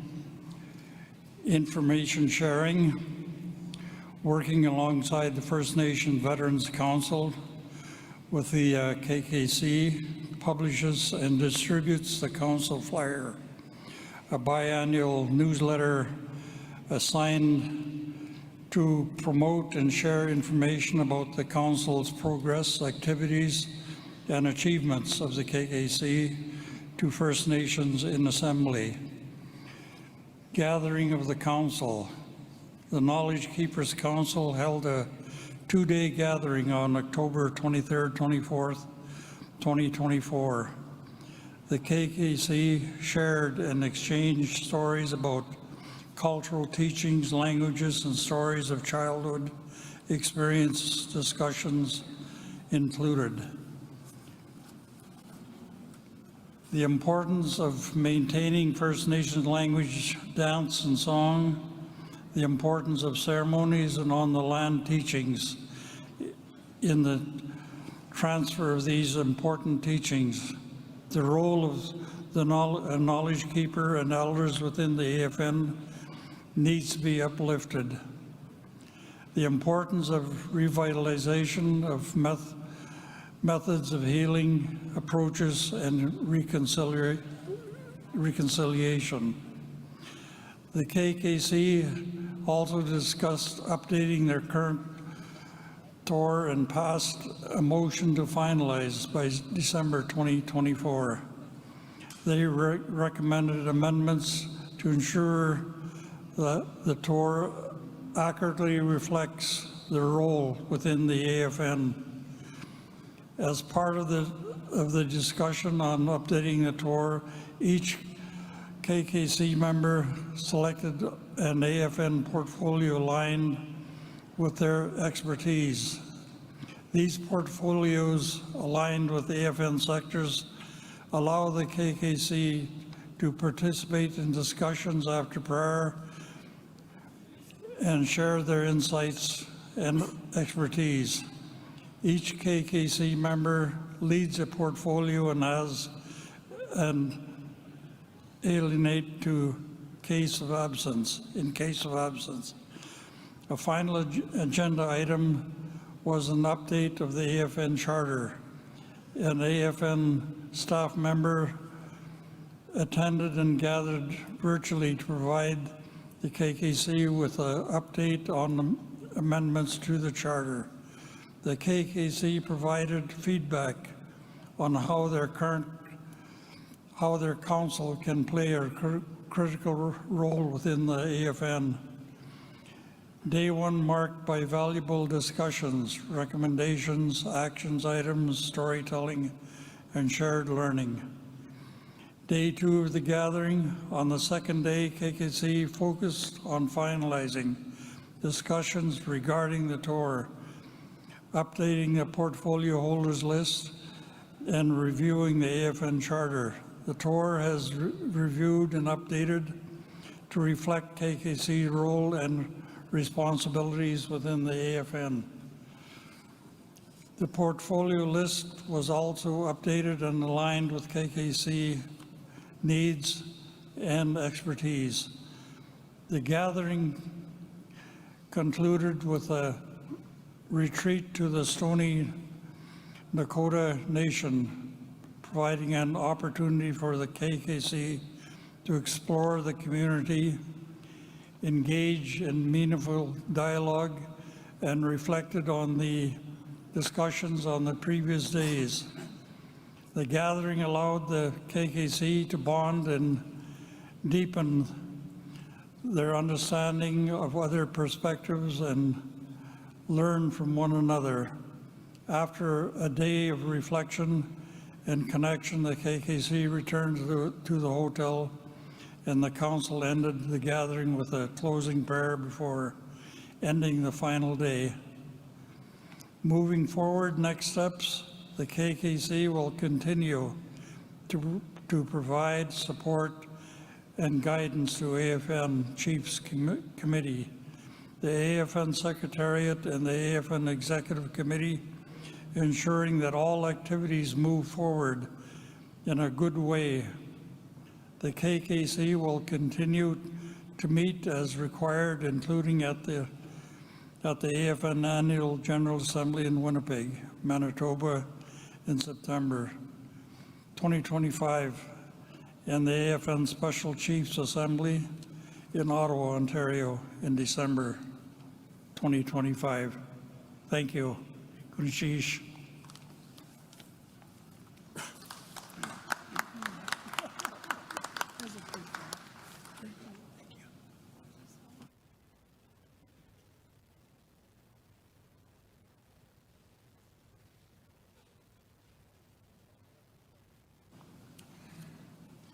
So before giving the microphone to the First Nations Veteran Council, I just want to give you an important information concerning the vote that just happened on Resolution 1, Draft Resolution 1 on the Charter. So we have the official numbers of how many chiefs voted for, against, and which chief abstained. So I just want to make sure that you all have the information.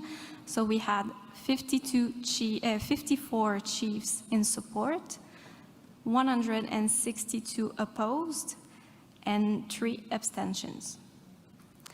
So I will now, juste en français également pour être sûr. So in French, to make sure that everyone has the information, the resolution that was just voted upon, unfortunately, was not adopted. We have the results. 54 for, 162 against, and 3 abstentions. Just to make sure that you have all of the information. The microphone to our First Nations Veterans Council. So we have Percy Joe as well as Debbie Essen with us.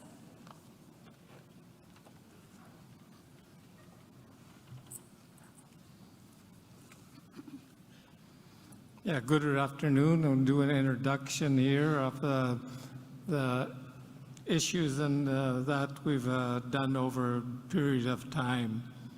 In October of 2021, AFN, on behalf of the Veterans, First Nations Veterans Council, submitted a funding to propose to the Veterans and the Family Wellbeing Fund, short form VFWF, aimed at in fostering a strong relationship with the Veterans Affairs Canada. The purpose was to provide the First Nations veterans began the efforts of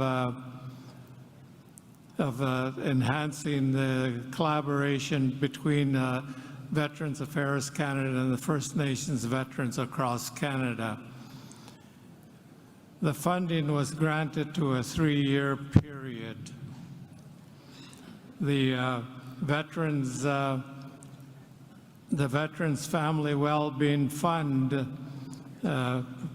proposed grants and contributions to a diverse range of organizations to conduct research and to implement initiatives that support the well-being of the veterans and their families. First Nations veterans have always held a place of honor within the National Indian Brotherhood, which later transitioned into the AFN. These veterans have a long-standing tradition of volunteering to serve their country and their communities. And at this point, I'm going to call up one of our people that have done a lot of work within the negotiations and that we've done with Veterans Affairs. I'd like to call upon Debbie to continue on with the rest of the business that they've carried out over the period of time. Debbie. Thank you, Percy. Ani bonjour, nanatemakus and dejanakas, no mayanganaway and ishnabekwe, Bachwana. Good afternoon, everyone. Thank you for allowing me to be here. My name is Deb Eisen, and I am a 36-year veteran with the Royal Canadian Navy. The work that Percy just talked about that we did allowed us to bring up some key issues and activities that have happened over the past couple of years. And as a result of the funds that were requested through Veterans Affairs Canada, a letter of understanding was signed in April of 2023 between the Minister of Veterans Affairs, then Lawrence McCauley, and the Chair of the Assembly of First Nations Veterans Council, Percy Joe. The letter of understanding was established as a joint commitment between the AFN and Veterans Affairs to work collaboratively in responding to the specific needs of First Nations veterans, their families, and improving the overall well-being of all. The key points of this letter of understanding come in 4 different bullets. The first one is to assess and expand outreach activities for First Nation veterans and their families. Number 2 is to establish clear points of contact for First Nation veterans matters at Veterans Affairs Canada. Number 3 was to increase Indigenous representation in commemorative related activities. And number 4, support the establishment of a historical record of First Nation veterans and soldiers who have served in times of war, military conflicts, and peace, including those undocumented by Canada. Our accomplishments between 2024 and 25. Since the signing of the Letter of Understanding, the Council and Veterans Affairs have had multiple meetings to discuss our next steps, improvements to Veterans Affairs Canada services, and the Veterans Council role in implementing the 4 key focus areas. Veterans Affairs and the Council have continued to hold working group sessions to facilitate discussions and develop strategies for addressing the needs of First Nation veterans. The Letter of Understanding represents the second phase of ongoing efforts to strengthen collaboration between Veterans Affairs Canada and the Assembly of First Nation Veterans. While significant progress has been made, much work remains in acknowledging the contributions of First Nation veterans to Canada, educating Canadians about our history, developing and maintaining a database of First Nation veterans, and engaging with Veterans Affairs Canada to advance reconciliation and healing. As part of the agreement with Veterans Affairs and the Council, We have provided quarterly reports to Veterans Affairs to measure progress in implementing the 4 pillars. Since the signing of the established Indigenous Veterans Engagement Team, providing the Veterans Council with a platform to raise concerns about barriers to accessing Veterans Affairs Canada programs and services. With the guidance from Veterans Affairs, improved outreach, increased awareness of available programs and services. The Council held working group sessions with Veterans Affairs representatives to establish and clarify the key roles within each region. Additionally, Veterans Affairs created a joint working group comprising of 3 members and Veterans Affairs representatives to discuss the next steps in implementing the 4 pillars of our Letter of Understanding. The second phase of the Letter of Understanding was signed on Friday, February the 7th, 2025 in Vancouver, British Columbia. The Letter of Understanding renews the commitment to building a strong relationship with Veterans Affairs and First Nations Veterans Council. The renewed Letter of Understanding aims to ensure the development of tangible outcomes and service delivery to effectively address the needs of First Nation veterans, their families, and their communities. The following accomplishments that we have are the signing of the LOU with former Lawrence Macaulay, with the Letter of Understanding, and working together to provide efficient and much-needed work remains to be done. First Nation veterans deserve the recognition that they deserve and for an equitable access to Veterans Affairs programs and services.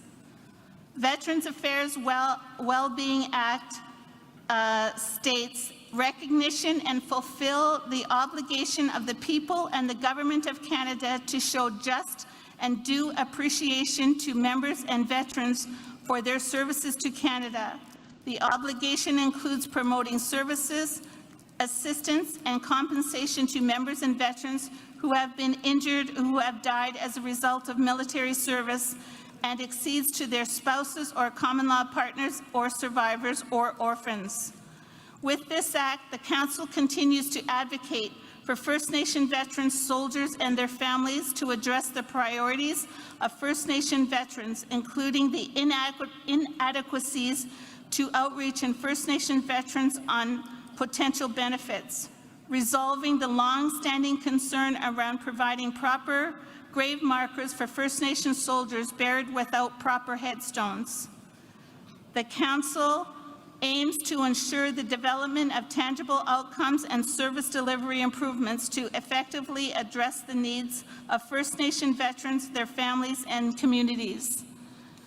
In conclusion, we would like to ask each and every one of you here that if you look into your communities and you have a First Nation veteran who is in your community who identifies as needing help or assistance and guidance through the programs that Veterans Affairs Canada offers, we encourage you to send them to the First Nation veteran that is responsible for each province and territory throughout Canada.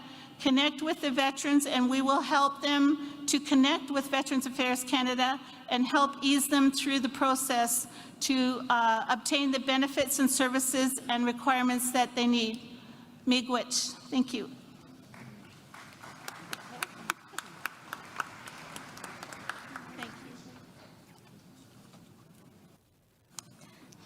Miigwech, thank you so much to Percy Joe and Debbie Eisen. So before turning the mic over to my colleague Adam, I would just like to acknowledge the full table of the Youth Council members that are present today. So it's the next generation that's just, and the current generation as well, that's sitting just in front. So I just wanted to acknowledge that we have a full table today. Very proud of that. So I will now turn the mic over to my colleague Adam.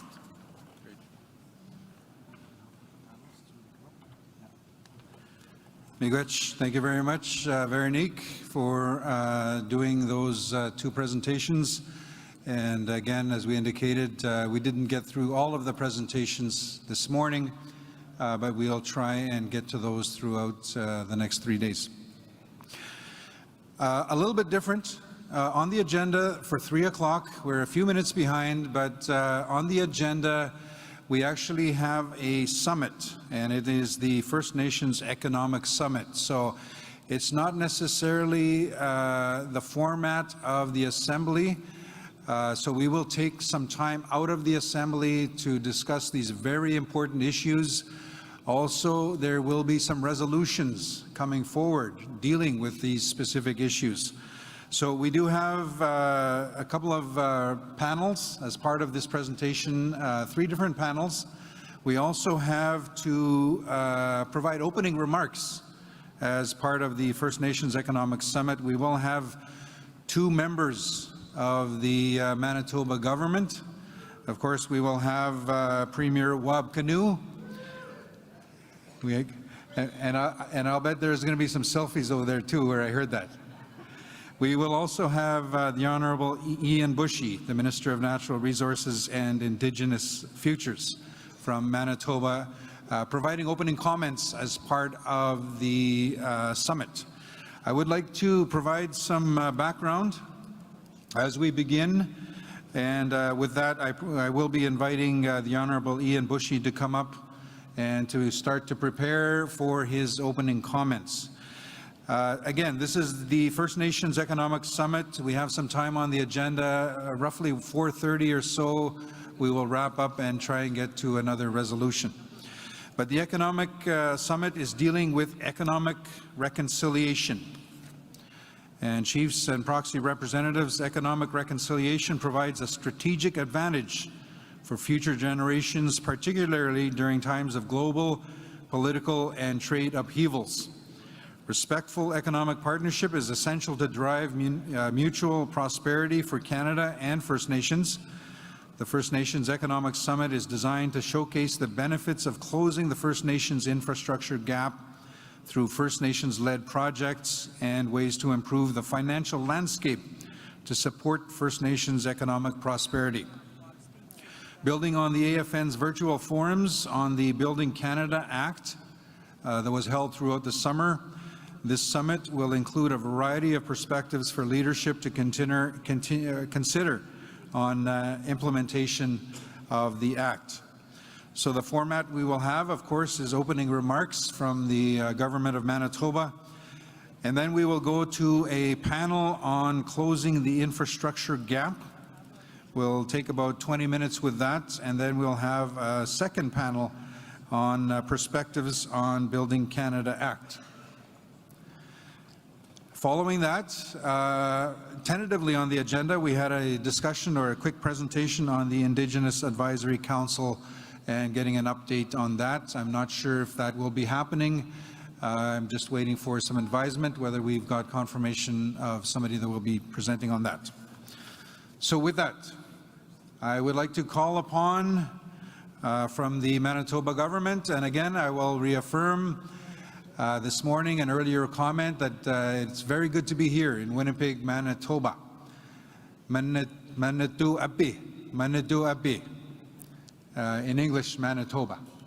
But we have the 2 representatives from the Government of Manitoba. I'd like to start off by introducing the Honourable Ian Bushy, who is himself Anishinaabe, and the Minister of Natural Resources and Indigenous Futures for Manitoba.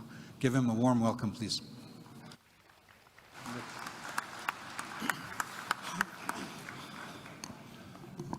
Amigwich, and thank you for the opportunity to share a few words. As was mentioned, my name is Ian Bushy. I'm the Minister of Natural Resources and Indigenous Futures for the province of Manitoba. But first and foremost, I'm also a proud Anishinaabe from the Hollow Water First Nation, Treaty 5 territory, about 2.5 hours north of here. And before I begin, I like to say thank you to the elders, thank you to the chiefs, the leadership, the community members for joining us here in Manitoba, but also for joining us a little bit later than you initially had planned.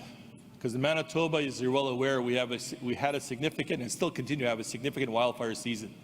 So we really appreciate the flexibility of the Assembly of First Nations in moving the Assembly to today from previously scheduled to accommodate the wildfire evacuees, the situation that we had, here in Manitoba, and it truly uplifted me to a point where we truly are one Manitoba, one Canada. We're all in this together. We're all looking out for each other, and that's led by you folks in the room, by your community members in the room, who are not only just talking the talk, but living that way and working together and uplifting each other, and knowing that our relatives are at the forefront of what we want to be able to do and how we want to be able to live. So I want to acknowledge that appreciation for understanding what we're going through here in Manitoba and accommodating that for the Assembly as well too. So it gives me great honor to kind of stand here and speak on the Economic Summit and give the opening comments to what this is here in Manitoba and what this is for the Assembly of First Nations. And maybe from time to time as I speak here in the few minutes that I have, I will say I and I will say we, because as I mentioned, first and foremost, I'm a proud Anishinaabe as well too. So a former chief, former council member in my community, and I stand here knowing that I also sat in your seat. I also lived in your community. I live each and every day in my First Nation, like I said, 2.5 hours north of here. Today, and I'm probably going to embarrass her by shouting her out, but today was my youngest daughter's first day of school. So I had the opportunity to wake up, make her breakfast, and set her off. It was kind of an emotional day. But I say all that because it can't be lost on what I bring to the table, and what I want to be able to communicate to you is that I know the challenges. I know what you're hearing. I know what you're facing. I know what you're hearing at the band office. I know what you're hearing out in the bush. I know what you're hearing on the water. And I know what those opportunities have been, because I've sat in your shoes. I've walked in your communities. And knowing that for me, as a former chief of my community, I thought April 1 was a magical day. And for us, April 1 should be just another day, because we have that potential to unleash those economic opportunities in our community. We have those opportunities to have own source revenue. And whether it be from coast to coast to coast, and whatever that economic opportunity may be, we wanted a seat at that table. And I wanted a seat at that table. So one of my conversations that I've always had is, why? Why do you go from First Nation politics to provincial politics? And to me, it was to ensure that we had a voice at that table. We had a voice on all sides of the table. Because as a chief, I didn't know when I met with provincial government or federal government whether or not that conversation I had actually went anywhere. And quite honestly, I don't think it did.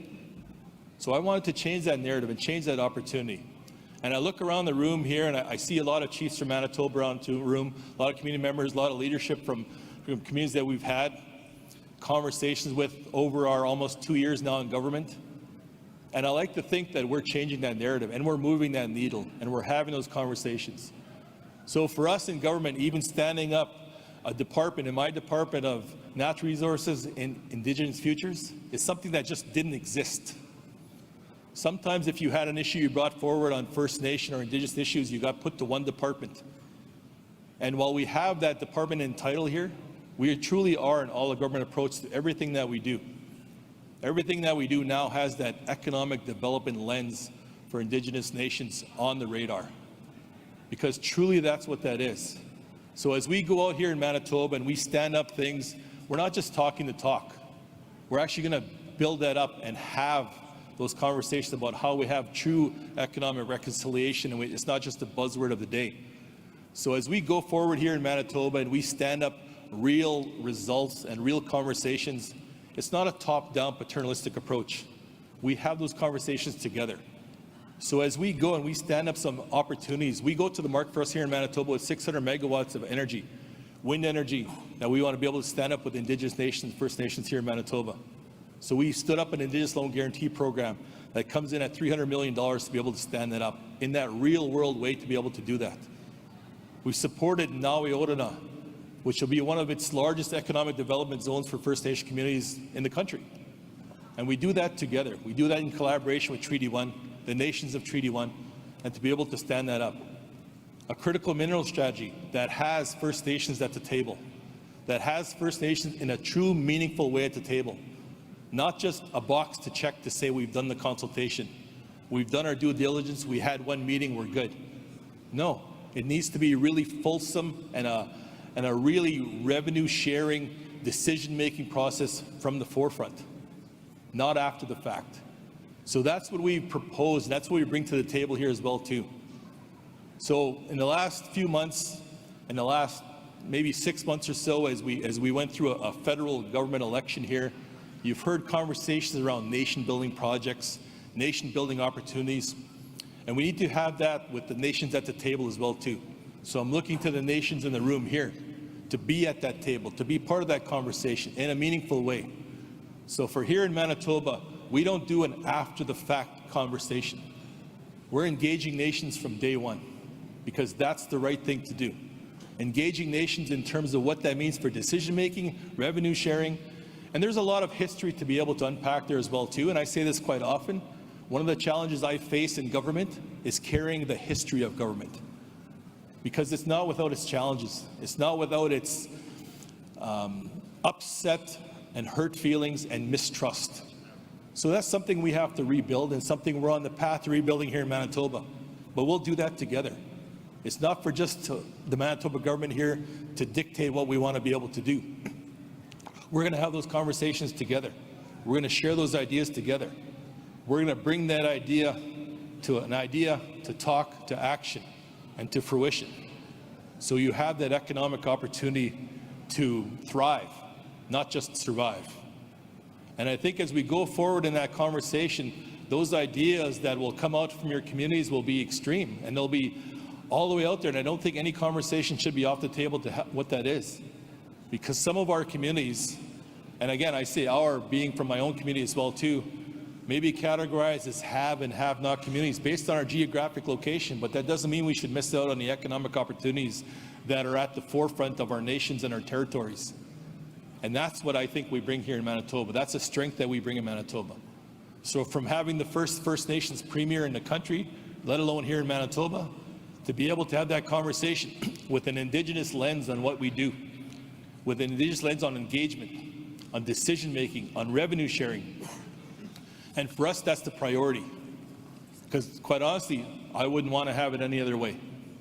So when I say I got into this realm of politics to be able to make that difference, it was about moving that needle as well too. Being able to say we're moving forward. Because sometimes, and I've been, like I said, I've been around this assembly, I've been around our assembly in Manitoba as well too, and some of the conversations are the same. Some of the conversations that have been the same for 5 years, 10 years, 15 years. So how do we move the needle? And we move that needle together. So when we talk about nation-building projects, there's opportunities across the country to be able to do this in a really meaningful way.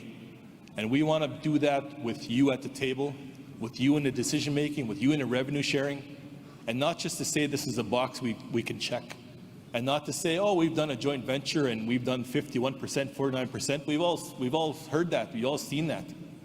It's how do we do this in a really meaningful way? So we have that opportunity to say this is capacity building as well too. Because from day one, maybe we don't have the capacity to build this up. Maybe your nation does not have the capacity, but you want to be able to get there. Something I say quite often when I get the opportunity to speak is one of the biggest employers in my community was the band office, the school, and the CFS office. And I think, and looking around, I see head nods around the table here because that's true. But now we have the opportunity to be those engineers, those doctors, those lawyers, because we're building that capacity. And the economic horsepower, the educational horsepower in our communities and in this room is vast. So that's something we need to tap into. That's something we need to support. That's something we need to encourage. And as a Manitoba government, we're doing that. We're walking that walk. We're talking that talk with those ideas that started off as ideas are now coming to fruition. And we want to build on that in a meaningful way. And not at the expense of the environment, not at the expense of the treaties, not at the expense of ramming something through. We want to have that conversation in a meaningful way with nations at the table, government to government, nation to nation, because that's what we are, that's what you are, and that's what our communities are. So I'd like to again, express my appreciation for the opportunity to share a few words here today, to be able to build on something that we have going here in Manitoba, something that you already know. And when I say you already know, you talk about, and some of the comments that I made about the opportunities, the resources, the horsepower that exists in your community, you know that. For me, I want to be able to come to the table, and our government here in Manitoba wants to come to the table. Our Premier is coming to the table, saying, let's have this conversation. Let's look outside the box, if you will. Let's look at those opportunities to really build our nation as one. And I think as we go forward and you deliberate in your conversations, you have different jurisdictional differences across whatever's going on from the East Coast versus the West Coast versus here in central part of Canada. We still have a common vision, and that's the economic opportunities to be able to thrive in our communities, the economic opportunities to build in our communities, and the economic opportunities to truly become a stronger nation. And we do that together. And I commit the government of Manitoba to be able to say, we are always going to be at that table. We are always going to be part of the discussions. We may not agree on everything all the time, but we'll always have those discussions. We'll always have that conversation. We'll always go towards building that consensus, not just to check a box, but to have those meaningful conversations across all aspects, across all departments, across all of what we are here in Manitoba. So that's a commitment that we make to you. That's a commitment that I make to you.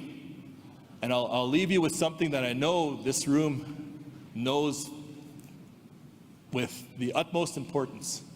And it's a priority for us, it's a priority for you. It's not about us without us. And that's a commitment that we make to you as well too. Not about you without you. Miigwech.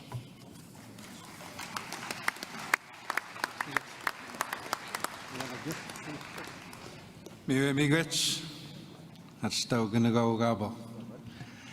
Miigwech to Ian Bushy, the Honourable Minister of Natural Resources and Indigenous Futures.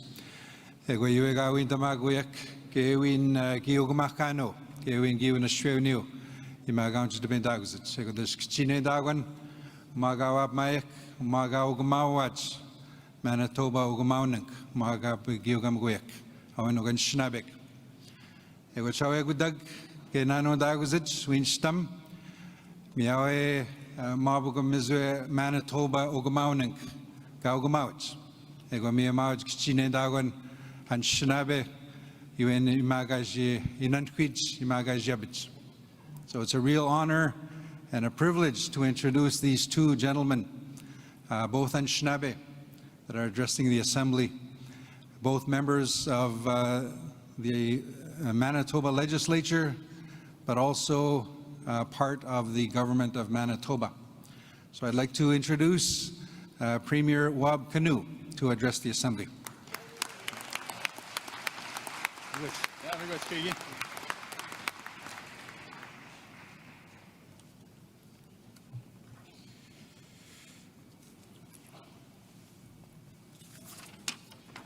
Hey, bonjour, canoe, yeah?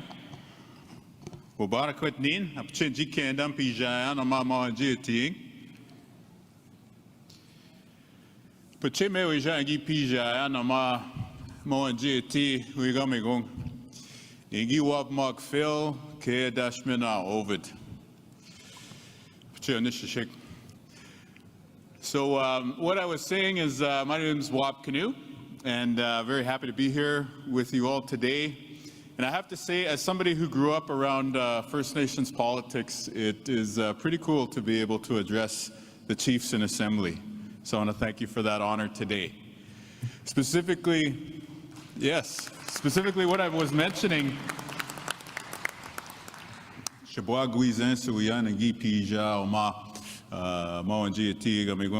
was just a little boy, way back in the 1980s, or maybe it was early 90s, I remember coming here and seeing Phil and Ovid contesting the election for National Chief.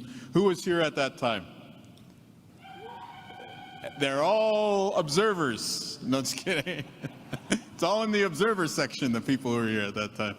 But anyway, for me, that started a lifelong love of politics. And so seeing like how a delegated convention worked, and to see the wheeling and dealing as a child that was taking place, and then to see, you know, a very exciting selection of a national chief, and then over time you'd see that both of them would serve as national chiefs. It was a really, really awesome thing to see. And so I was able to, you know, run for leader, eventually have my own delegated convention. But just for you to understand that a little boy from the res who was maybe a little nerdy about politics was able to come to a room like this one and get started, it was very, very cool. So I want to acknowledge that.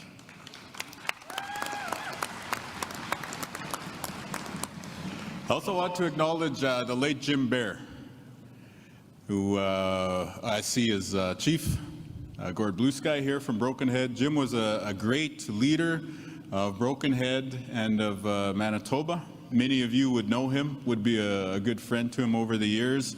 And so on behalf of the province of Manitoba, I extend my sincere condolences to Jim Bear, to his friends, family, you, his former colleagues, as well as to the entire Broken Head Ojibwe Nation.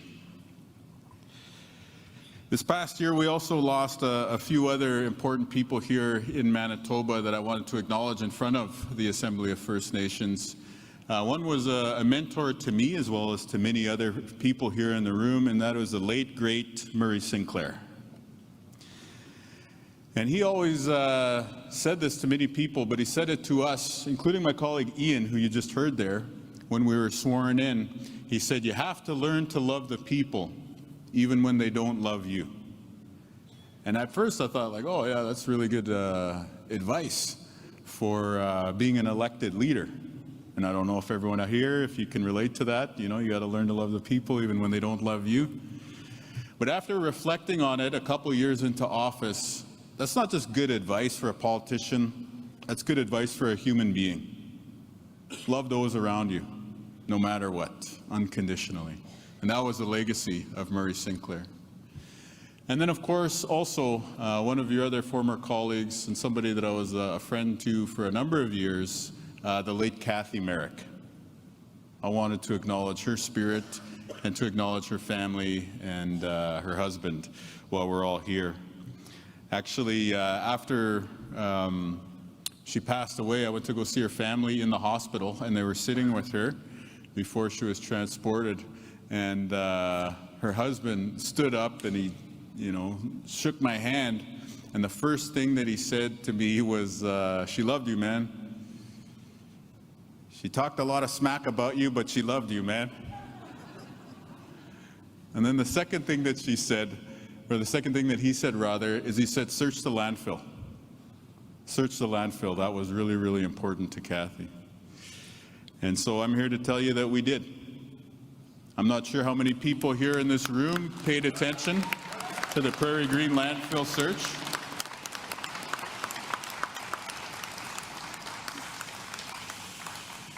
But it was what our opposition did at that time, and I'm not going to get too partisan, but I'm just pointing out the facts here. What our opposition did at the time is the worst thing that was ever done in Manitoba politics. They ran ads against the family of these victims, these MMIWG family members. Can you imagine that? Attack ads about that? It was terrible. The good thing is that the people of Manitoba rejected that hateful message. And on October 3rd, we were elected, 2023. We met with the families a few weeks later. And earlier this year, we brought home Mercedes Myron and Morgan Harris to the loving arms of their relatives. We sent a message together, all of us, everybody who supported it. All of us together, we sent a message together, which was very simple. This province that you're visiting here today, this province that you call home, Manitoba, this is a place where if somebody goes missing, we go looking, and it doesn't matter who they are. We treat everybody with the same respect and dignity. And so I want to thank the chiefs. I want to thank Cindy, the national chief, and all the leadership, all the advocacy that took place to make sure that that happened. And I know that there's a lot more work to do. Actually, on Friday of this week, I'll be traveling to St. Teresa Point, Anishinaabe Nation, to sweat with the family of the late Ashley Shingoose, and she is the person who we are going to go looking for next. So that work continues, and let's also do the work of prevention to keep women and girls and Two-Spirit Plus people safe in all of our communities.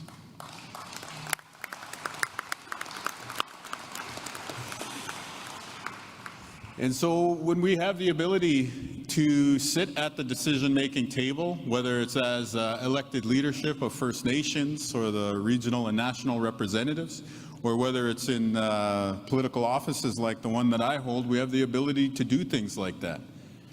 I was elected on healthcare, and I was elected on the economy, and we're delivering 3,000 more healthcare workers. We cut the gas tax and made life more affordable for people here in Manitoba. So you got to deliver on the nuts and bolts. But once you're there at the table, you have the ability to exercise the values that people in this room hold dearly, which is to say, we're going to search for our sisters in the landfill. We also, this is one of the first bills that we passed here in Manitoba, we made Orange Shirt Day a statutory holiday in Manitoba. And I say clearly, it's not the National Day for Truth and Reconciliation in our province. That's a government term. I respect it. It's nice. But here in Manitoba, the holiday is Orange Shirt Day because we listen to the survivors of residential schools. And that's the term that they brought forward, Orange Shirt Day. And the reason why it was important to make this a stat holiday is, first of all, that was, you know, with Murray and Willie and, you know, the survivors and everybody handed to us as a recommendation, a call to action. But we also know that a lot of our people in Manitoba from all walks of life are working class people. They work in factories. They work on construction sites. They work with their hands. And I want them and their child to have the ability to participate in Orange Shirt Day too. So when we made it a statutory holiday, it means that everybody in the province has a day off from work and everybody can take their kids, commemorate the Indian residential school era, and then most importantly, do that thing that was deprived of generations in our communities, which is spend some time with your kids and with your grandkids. So that's what you can do when you're in office. This year, we marked the second, today's actually the first day of school, first day of grade 2 in our household, first day of university for another one of our kids. But today's the first day of school for most kids in Manitoba. And this is the second year where we've had a school food program at every single school in Manitoba. And when I say every single school, I mean every single school in Manitoba. Because when we designed our universal nutrition program here in Manitoba, the education department brought forward and they said, look, it's going to cover all the schools in Manitoba except for the reserve schools that are not our responsibility. And I said, wrong. Don't you ever come in here again and tell me that the kids on reserve are not your responsibility. So they kind of went away with the tail between the legs, came back, and last year we launched a universal school food program in Manitoba that covers every single school division and every single school, including on First Nations across Manitoba.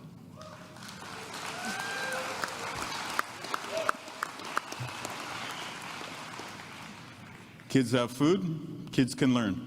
Kids stay in school, they come to school for lunch, they come to school for snack. They're going to show up for grade 12 graduation in a few years. That's the plan.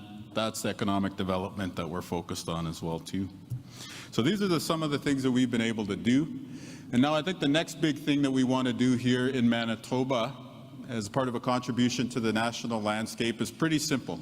And it might align with your topic of discussion here at the Assembly. Next big thing that we want to send a message to the rest of Canada about is this.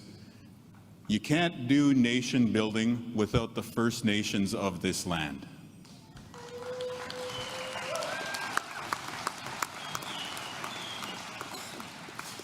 And so right now, Donald Trump caused a lot of fear, a lot of anxiety. The Manitoba Chiefs are laughing because they think I'm going to do my Donald Trump impersonation now. But I swore to my political staff I would not do it in front of the media cameras here today. Unless people start chanting. No, just kidding. But seriously, there's a lot of anxiety about the Canadian economy. What are tariffs going to mean? What it's going to mean for the cost of living, particularly on reserve, where the cost of living is already so high. What's the tariff threat going to mean to, all of the ability to provide services in communities? So there's been a lot of anxiety, and so rightfully so, Canadians want to build up our Canadian economy, want to do the big mega projects, want to be able to ensure that we're trading with countries that respect us, countries in the EU and Asia. And so the question that I pose to this room, as I pose to all Canadians, as we're looking for ways to grow the Canadian economy, is this: what does Canada have that the rest of the world wants and is willing to pay for? Well, natural resources is what everybody goes for first, of course. Sure, we have natural resources. But everyone else is pissed off at Donald Trump too. And what I think these trading partners around the world want, in the European Union, in Asia, is they want to do business with a country that respects them as a trading partner, but also respects the people in its own borders, including its original inhabitants. And so for Canada to be able to grow the economy globally, for Canada to be able to bring natural resources or manufactured goods or whatever it is to the European Union, to Asia, to other markets around the globe, there needs to be the ability to say Canada is dealing fairly with the Indigenous peoples in these lands, and that Canada is working with the First Nations of Turtle Island. So that's what we're working on here in Manitoba. There's been a lot of press conferences and different events held in other provinces. We've been a little bit more quiet here in Manitoba because we're showing up to talk to you first. We're showing up to talk to the Indigenous leaders first. But my idea is this: you kind of have an idea lab, a test experiment going on across the country right now with a bunch of different regions trying to pursue mega projects at the same time. And a lot of them are putting the cart before the horse and trying to get shovels in the ground before they've done the work of making sure that Indigenous communities and their representative leadership are on side. Here in Manitoba, we're saying we're going to take the time to have those conversations first. And you tell me if I'm wrong here, but I think in the next few years, we'll see that the approach that puts the conversation ahead of time gets things built faster, or at least as quickly as anywhere else in the country. So, it's a simple idea, and that's what we're extending our warm and hearty handshake towards you as leaders towards. Let's work together to build up the future generations. Let's work together to build up the communities. And yeah, let's show that real nation building involves the First Nations of this land.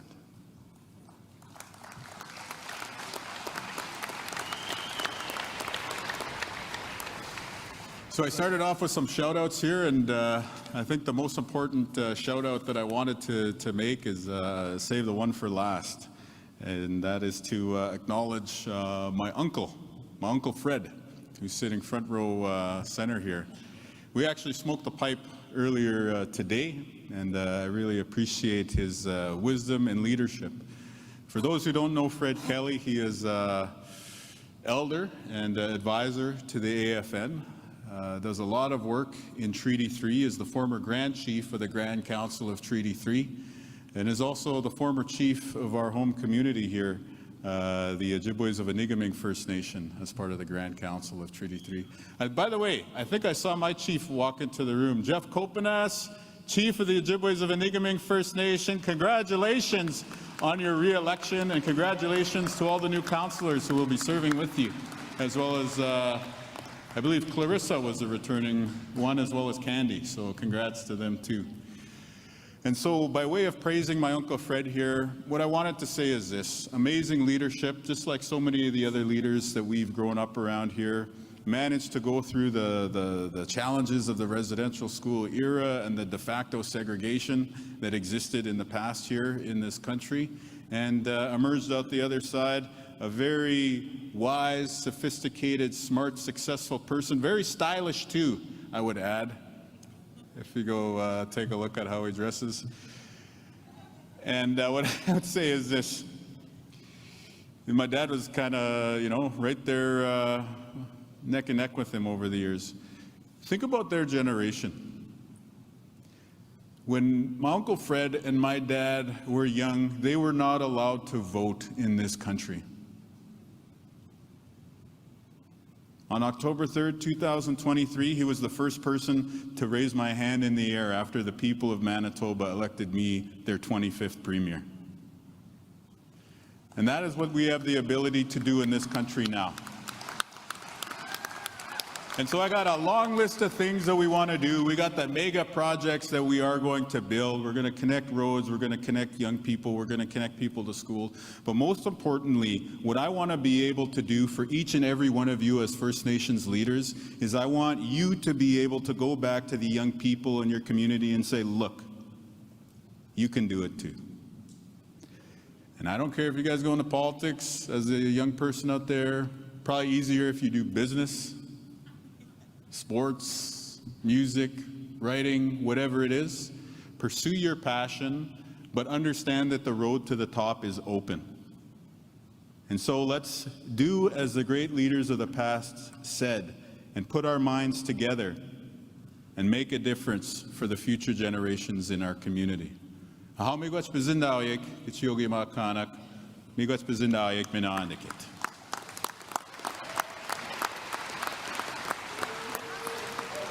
Miigwech. Premier of Manitoba, the Honorable Wab Kinew. We will take a minute now. We have a gift presentation on behalf of the Assembly of First Nations. National Chief will be presenting a gift to the Premier.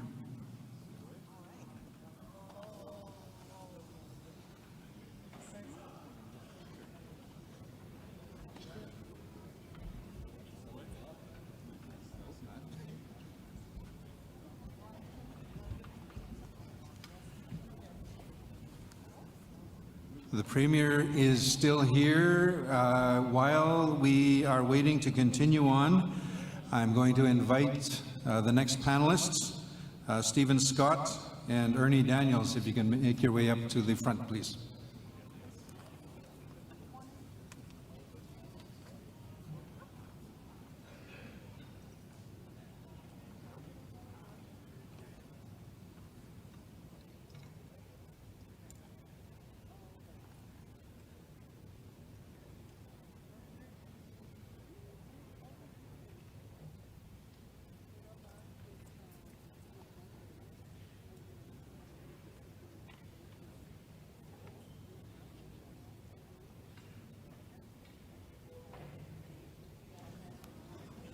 Again, we are in the special segment of this Assembly of First Nations 46th Annual General Assembly.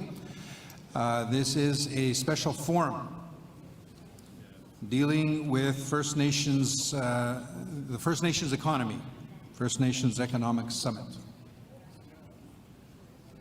And again, I am inviting the next panelists to make their way up, Stephen Scott and Ernie Daniels, and we will have that discussion explaining the panel and the presentations. Also online, Regional Chief Mitchell from the East Coast.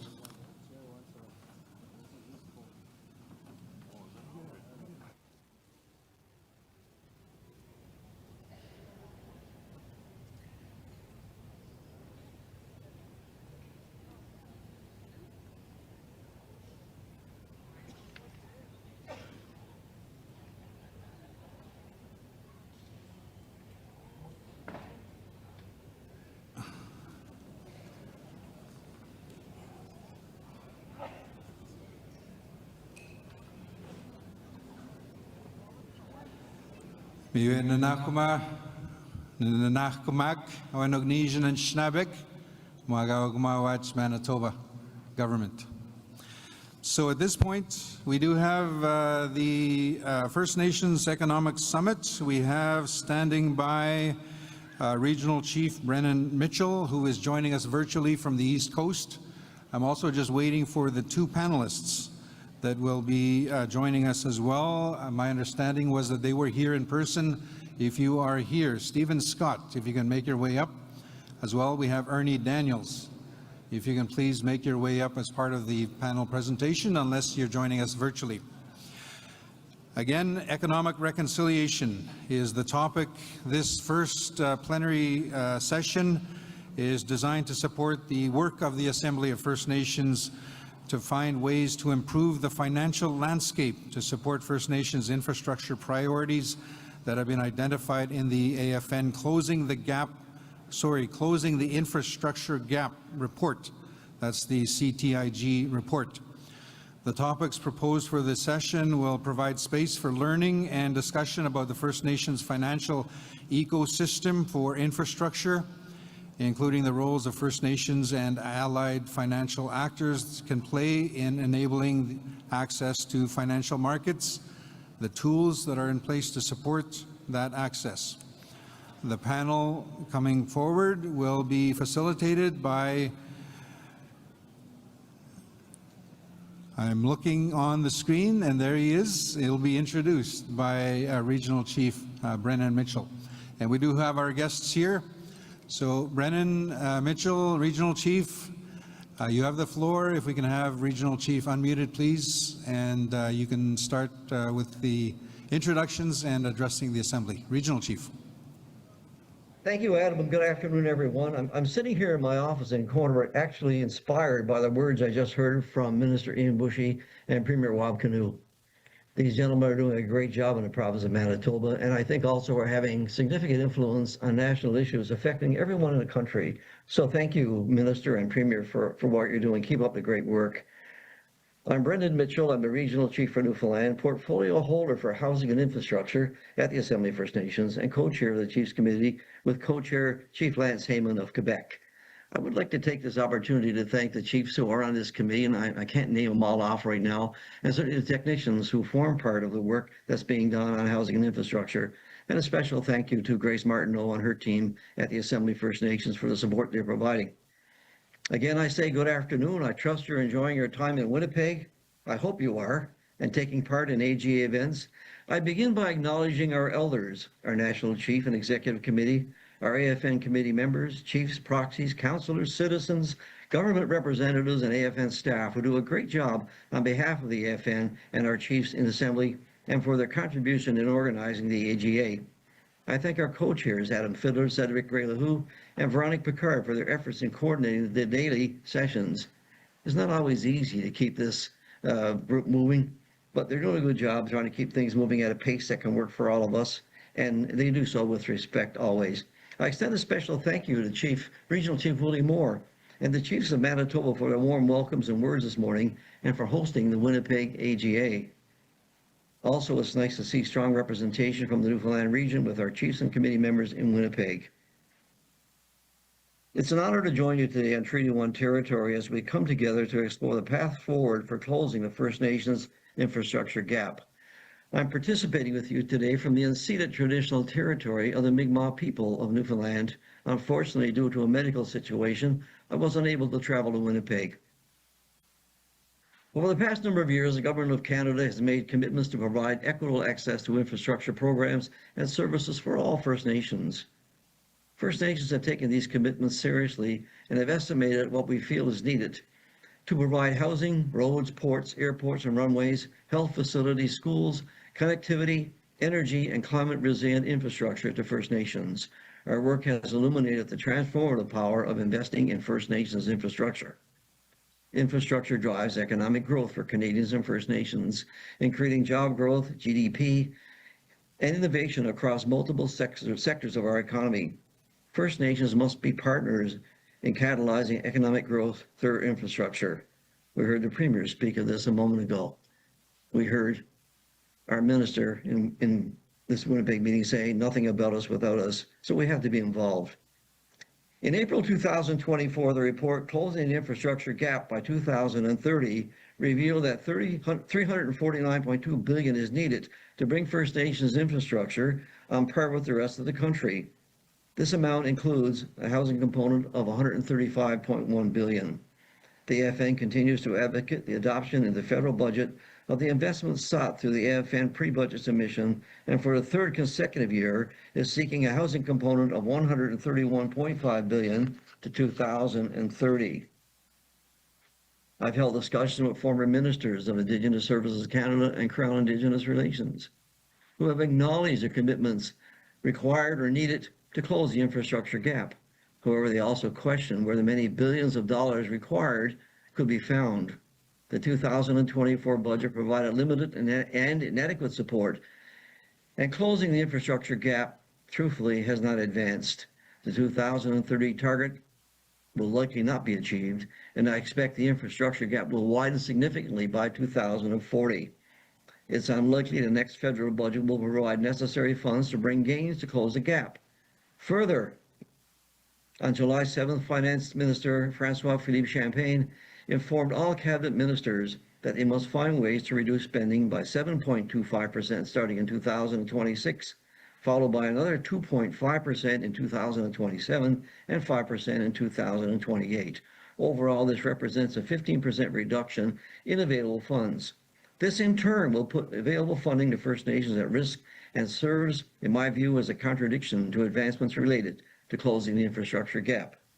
In 2024, in collaboration with the Assembly of First Nations, the Comfort Board of Canada completed this report entitled Benefits for All Canadians, Long-Term Socio-Economic Impacts of Closing the Infrastructure Gap by 2030, which showed how investments and benefit the entire country. For example, it would mean $635 billion in economic output over 7 years and GDP growth of $309 billion. Over 338,000 jobs will be supported annually, 10% for First Nations. And every dollar invested returns $1.82 in national output. Our most recent report, which was entitled Part 2, shows how closing the gap will transform communities, improve health and education, and preserve culture for generations. It means new schools, which improve graduation rates, will preserve languages, and increase employment opportunities. Reliable internet brings access to telehealth, online education, and remote employment. All-season roads reduce food costs, increase safety, and unlock tourism and local industry. And as communities become more resilient to climate change, they also become hubs of innovation and environmental leadership. The report makes it abundantly clear. Investing to close the infrastructure gap is not only an overdue act of justice, but also an economic game changer for the entire country and tells a story of shared prosperity. This is not just morally right, it's smart economics. We need to reframe the narrative. This means that First Nations become equal partners in advancing economic growth. And there are challenges, including that First Nations often lack access to capital needed to design, build, operate, and maintain infrastructure projects. First Nations must be able to access the capital on reasonable terms to leverage every possible opportunity to advance infrastructure projects over the long term. When First Nations are backed by government funding, stable cash flows, and other financial tools, private investment firms and infrastructure developments are more likely to offer financing for First Nations projects, making every dollar stretch further. Today, we are pleased to have with the closing the First Nations Infrastructure Gap panel. These experts will provide perspectives on how First Nations can actively participate in advancing infrastructure through access to capital markets. We will hear from Stephen Scott from the Canada Infrastructure Bank and Ernie Daniels, President and Chief Executive Officer of the First Nations Finance Authority. Our panel members each have a wealth of knowledge and insight to share with all of us today, and we're grateful that they have made time to come here to sit together with us to explore the path forward for closing the First Nations infrastructure gap. I now turn to our co-chairs, Adam, Cedric, and Varnick, to coordinate the panel discussion. I wish each and every one of you an enjoyable and productive visit in Winnipeg. And in closing, I say, Miigwech, Walalio, merci beaucoup, and thank you all. Let's have a great discussion.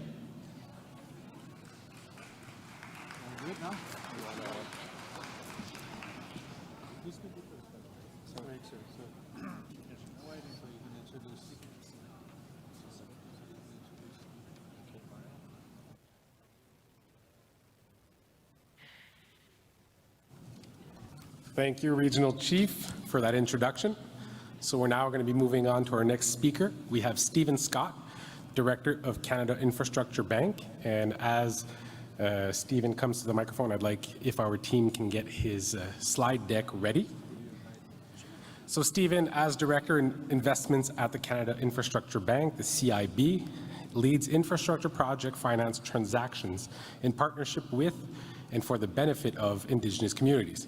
He has closed nearly $600 million in loans to Indigenous communities for their community infrastructure projects or Indigenous equity financings. Stephen, who's Métis from with roots in Alberta, serves on multiple Indigenous boards and holds an MBA from the Schulich School of Business, and he lives and works in Treaty 13 in Toronto. So, Stephen, the mic is yours. Use of these. Oh, amazing. Forward, back, and over with your cat. Good for you. Thank you so much. It's an honor to be here.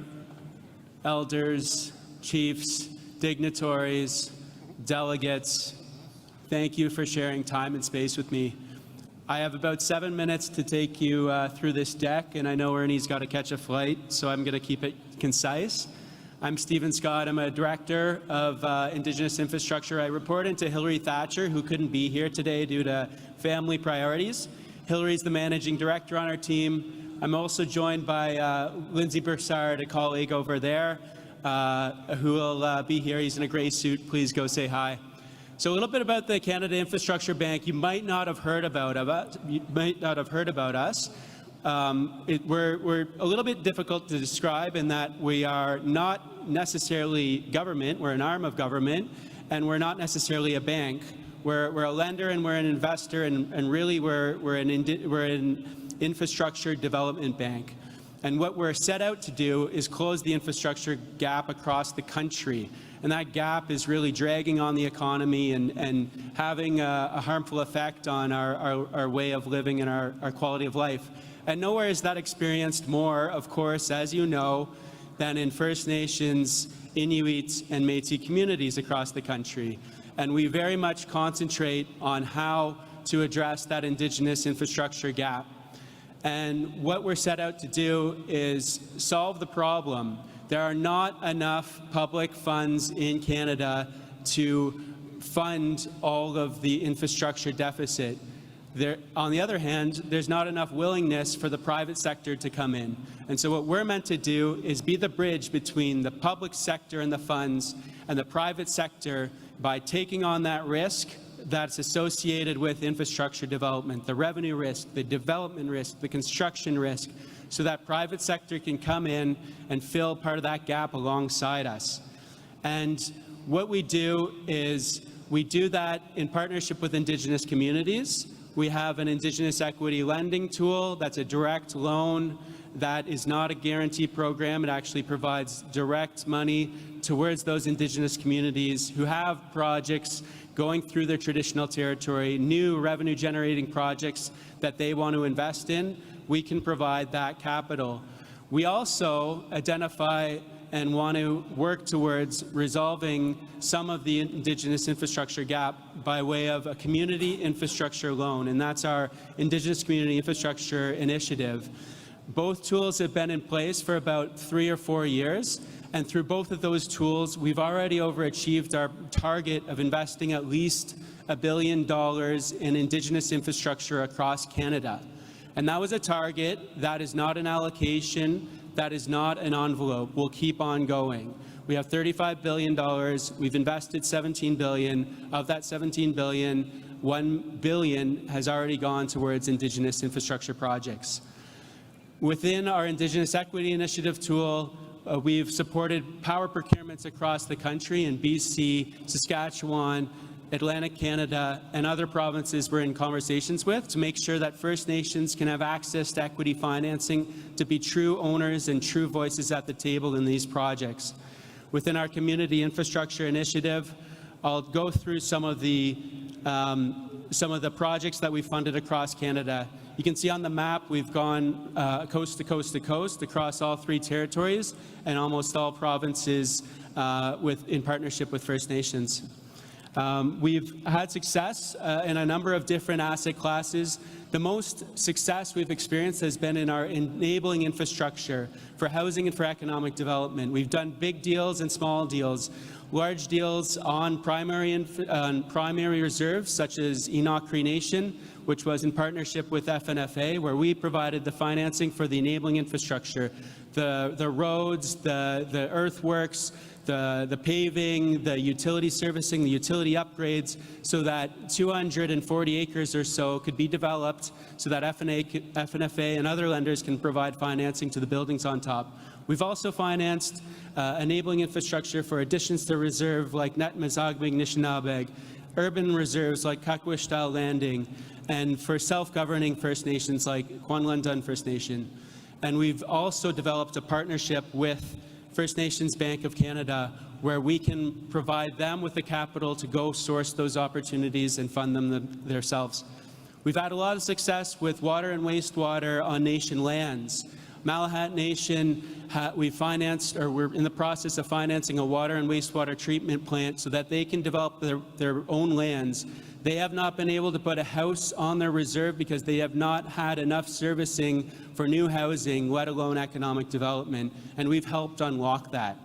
On Shishel First Nation, we provided a wastewater treatment plant financing, and for English River First Nation, we provided wastewater and enabling infrastructure financing for their urban reserve in Saskatoon.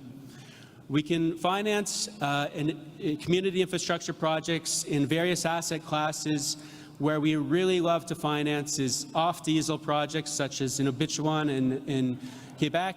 We've financed material upgrades to Chouetten Railway, which services a couple of First Nations in northern Quebec and Labrador. We've provided financing for Thompson Regional Airport close to home here, to help make sure that that critical infrastructure is in place for all those northern communities, and we've financed broadband projects as well. I know that we're short on time, but please come find me afterwards, and I'd love to chat more about your projects to see how we can help out. Thank you. Hi, miigwech.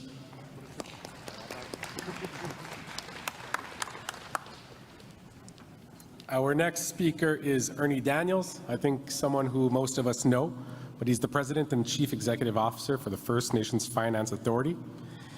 He manages the business affairs of the FNFA as a chartered professional accountant and a certified Aboriginal financial manager. From Salt River First Nation, Ernie moved from Ottawa to Kelowna back in 2011 to work with the FNFA as a Director of Finance, and then was subsequently appointed as President and CEO in June of 2012. Prior to the FNFA, he was President and CEO of the Aboriginal Financial Officers Association of Canada for 7 years and the Director of Assessment and Finance Operations at the Aboriginal Healing Foundation for 5 years. Ernie's worked for Indigenous nonprofit organizations in various roles, as well as served on numerous boards and committees, and was recently appointed as the inaugural First Nations Director to the Bank of Canada Board of Directors. He's also a member of the Canadian Institute of Chartered Accountants, the research study group looking at financial reporting by First Nations. He was also chair of the NWT Legislative Assembly Society, vice chair of the NWT Development Corporation, board member of the First Nations Financial Management Board, and chair of the Audit Committee, as well as a member of the Standards, Approvals, and Certifications Committee. Ernie was also a board member of the Canadian Executive Service Organization and won the Xerox Canada Aboriginal Financial Officers Association Award of Excellence in Aboriginal Leadership in 2014, and in 2024 won the BIV's Top BC CEO Award. Ernie, the microphone is yours.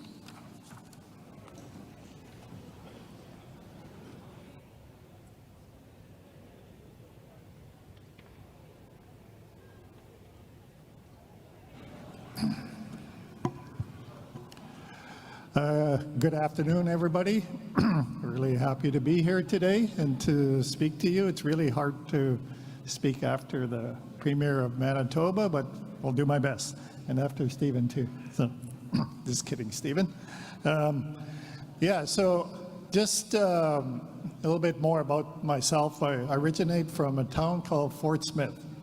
I think Fort Smith is almost on the map of most people now in Canada, because that's where our Prime Minister was born and raised. So anyways, his father was the principal in our school. So it was really interesting when I look back and I seen that. So I was just thought that was a little bit interesting. So and to talk about, to really get down to the subject of why we're here today,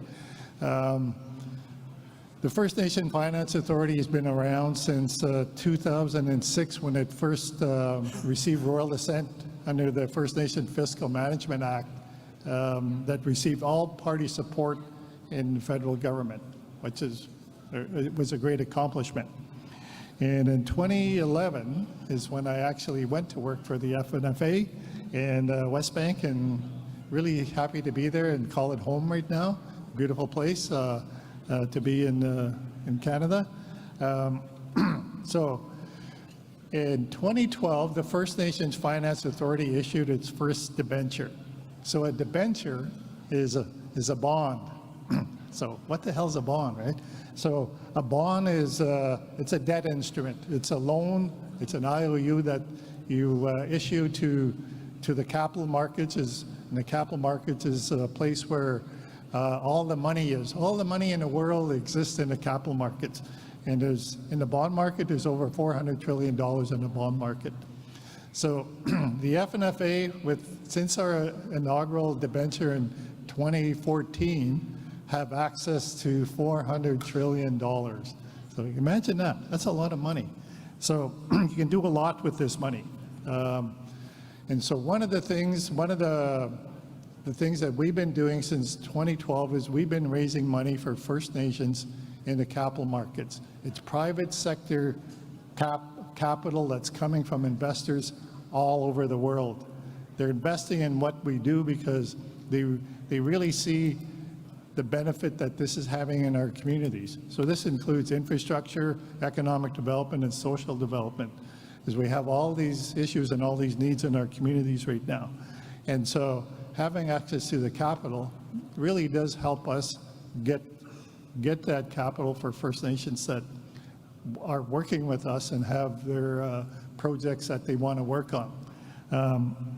Some of the projects that I want to highlight, and then I'll talk a bit about some other things, is that we financed the school in Siksika for Siksika First Nation in Alberta.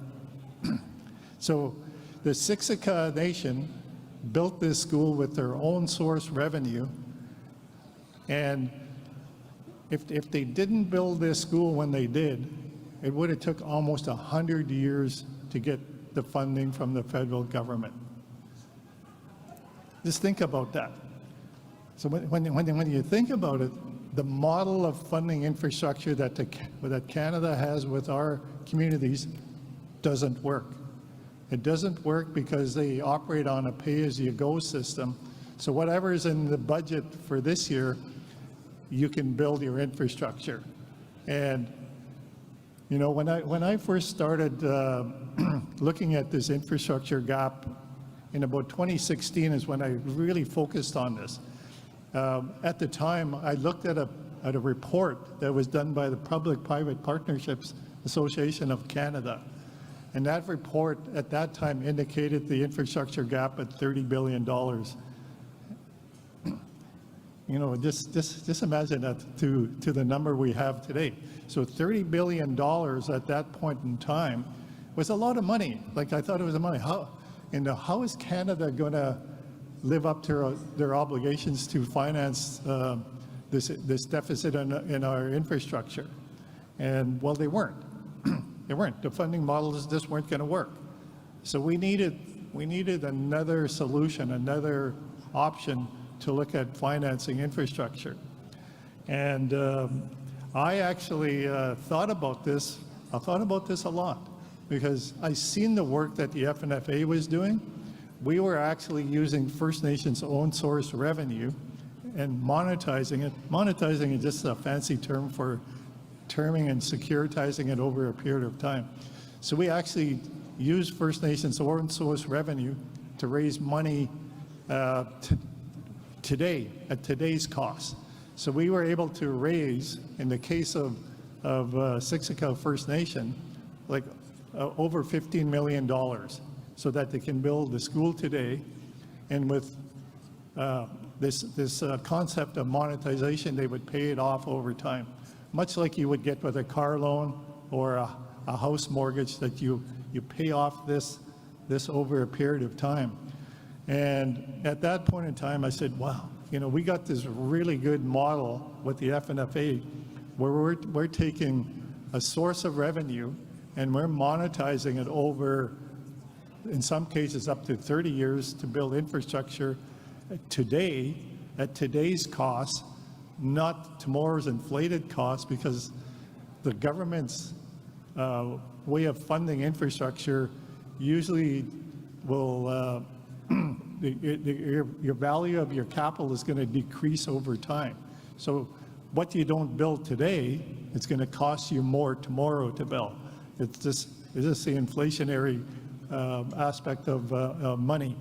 So since we've been doing this, I said, well, why don't we look to the government to see if they'd be willing to monetize government transfers. They do annual transfers to us already in the form of band support funding, infrastructure, and if we're able to do it over a 20-year period, we can build more today than we could in the future. And so this would also really help the government with their budgets, because then you're not going to have a ballooning budget of, in our case today, of $350 billion. They could actually term it out over 20, 30 years, and you can build a lot more today. So, the number that I was working with at the time in 2016 was $1 billion. So the government budget for infrastructure at the time was about $2.5 billion annually. If we took $1 billion today and we monetize it over 20 years, we can actually generate pretty close to $30 billion today at today's cost. And so if you can imagine how much you can actually build with what you can build with $30 billion today, that's quite a bit. That'll make a big difference in our community. So that's one of the things that I've been working on since 2016. I've made a number of presentations to different parliamentary committees, Senate committees, and we got them interested in this concept. We know that this is not the only solution to finance infrastructure, but this is one of the ways we're going to do it. And this is a way we can partner with Canada to do it, so that we're building infrastructure today at today's cost rather than tomorrow's inflated dollar costs, where things are going to cost 3 or 4 times more. So based on the FNFA's track record, we've actually raised pretty close to $4 billion today. We financed a number of projects with the First Nations that are working with us that actually monetizes their revenue streams over a period of time, so that they can actually realize the benefits over a long period of time. So I'll give you an example. Another example. How many more minutes I got to do? Okay, one more minute. We actually finance a number of communities that are doing energy projects. And with those energy projects, there's a good return. You're going to make money off of that. And they're taking a lot of the money that they're making from those, and they're actually putting that into other infrastructure in their communities, like social development, really addressing some of our really key social issues that are needed in our communities, like infrastructure for elders, infrastructure for our youth, because that's really what we need. We got an aging population and we got a young population, so we need both. So that's what's really needed. So I'm really happy to say that the government of Canada is interested in what we're talking about. We're hoping that we get some traction in the budget and we can actually see this project go forward. But the key concept is that we can actually go and raise the capital if we had the revenues to support it. That's not an issue. I'm going to give you an idea of who actually invests in the First Nations Finance Authority bonds right now that we issue.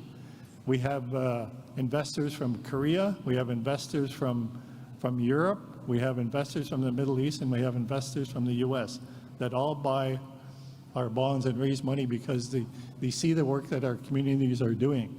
So I see infrastructure as it's such a key issue and a key thing that we need to focus on and develop, because we need infrastructure in our communities really to give us our clean drinking water, our schools for our kids, our nursing homes that we need for our elders. We need elders homes. We need all of these infrastructure. We need roads. We need water. We need all of these things. And so I think that this is one way to do it, and I'm advocating for that, and I will continue to advocate for that because I've seen what we're able to do at the FNFA, and this could be done using Canada's funding mechanisms, but in a different way. So anyways, thank you. Really appreciate the opportunity to speak to you today.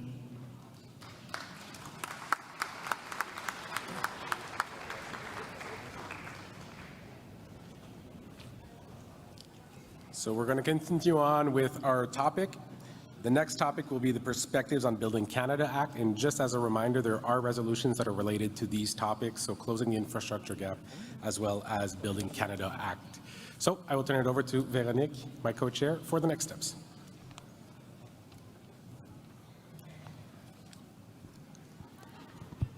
Next plenary is on Building Canada Act. So it was built to build on the perspectives that were shared within the AFN virtual forums that were held.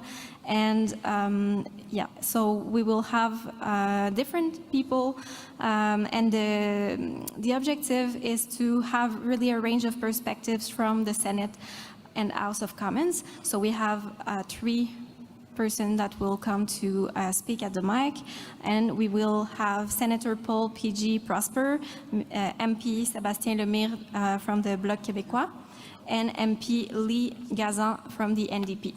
So I will firstly invite Senator Paul P.G. Prosper. Senator Paul Prosper is Mi'kmaq, and he is a lawyer.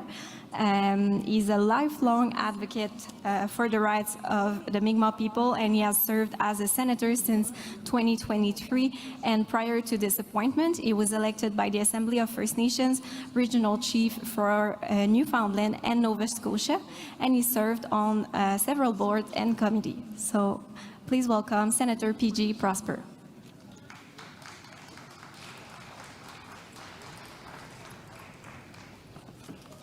Thank you. Gwe Weliasikbuk. Little out of breath there. I know it was a small jaunt, but I'm honored to be here on this territory, this Treaty 1 territory. I want to recognize the host drum, the elders, for sharing their stories and reminding us of the importance of why we must come together and work together. I'm here to offer a few comments, brief comments, hopefully, on the Building Canada Act, otherwise known as Bill C-5. As a parliamentarian, we are certainly engaged within the legislative process. And as a senator, my work on C-5 meant working with the Assembly of First Nations, the national chief, the regional chiefs, various chiefs across this country, organizations, to bring their issues forward. My role is to ensure that the views from First Nation groups and organizations and leadership are heard within, certainly by all parliamentarians, and certainly within the Senate. And some of these activities, some of you may or may not know, involved attending press releases, hosting press releases, talking to media, because it is essential for government, for parliamentarians, to hear from rights holders themselves. Within my platform, I try to include as many quotes as possible from chiefs to ensure senators hear from the people who are most affected by these types of legislation. As you know, I brought forward an amendment to have FPIC included within the substance of the bill of C5, which was later voted down. But I do want to recognize the efforts of the AFN and Sebastian as well in terms of having the Indian Act removed from Schedule 2 of the Act. With respect to the summit that took place in July with the Prime Minister and the chiefs, I heard from many chiefs how disappointed they were with the process. Chiefs from Treaty 6, 7, and 8 expressed their frustration about an agenda that was constantly changing. Another chief from Quebec talked about it as being a complete waste of time. The Assembly of Nova Scotia Mi'kmaq Chiefs talked about it as a conversation that was happening after the fact. And as I said within the Senate, and as many First Nation leaders have said across this country, that First Nations are not opposed to progress, but they don't want to continue to manage poverty. They want good infrastructure. They want good drinking water. They want opportunities for their people, especially their youth. But the concern is, through the Building Canada Act and C5, is their fears that it will undermine the jurisdiction of rights holders. As the Assembly of Nova Scotia Mi'kmaq Chiefs has said in their letter, First Nations are not stakeholders or special interest groups. They are governments that want to engage with other levels of government on a level playing field. Now we are privy to some recent developments.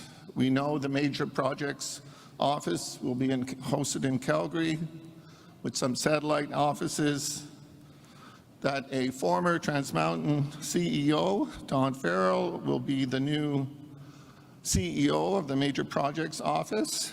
We heard word that the Indigenous Advisory Council will be appointed soon, next month.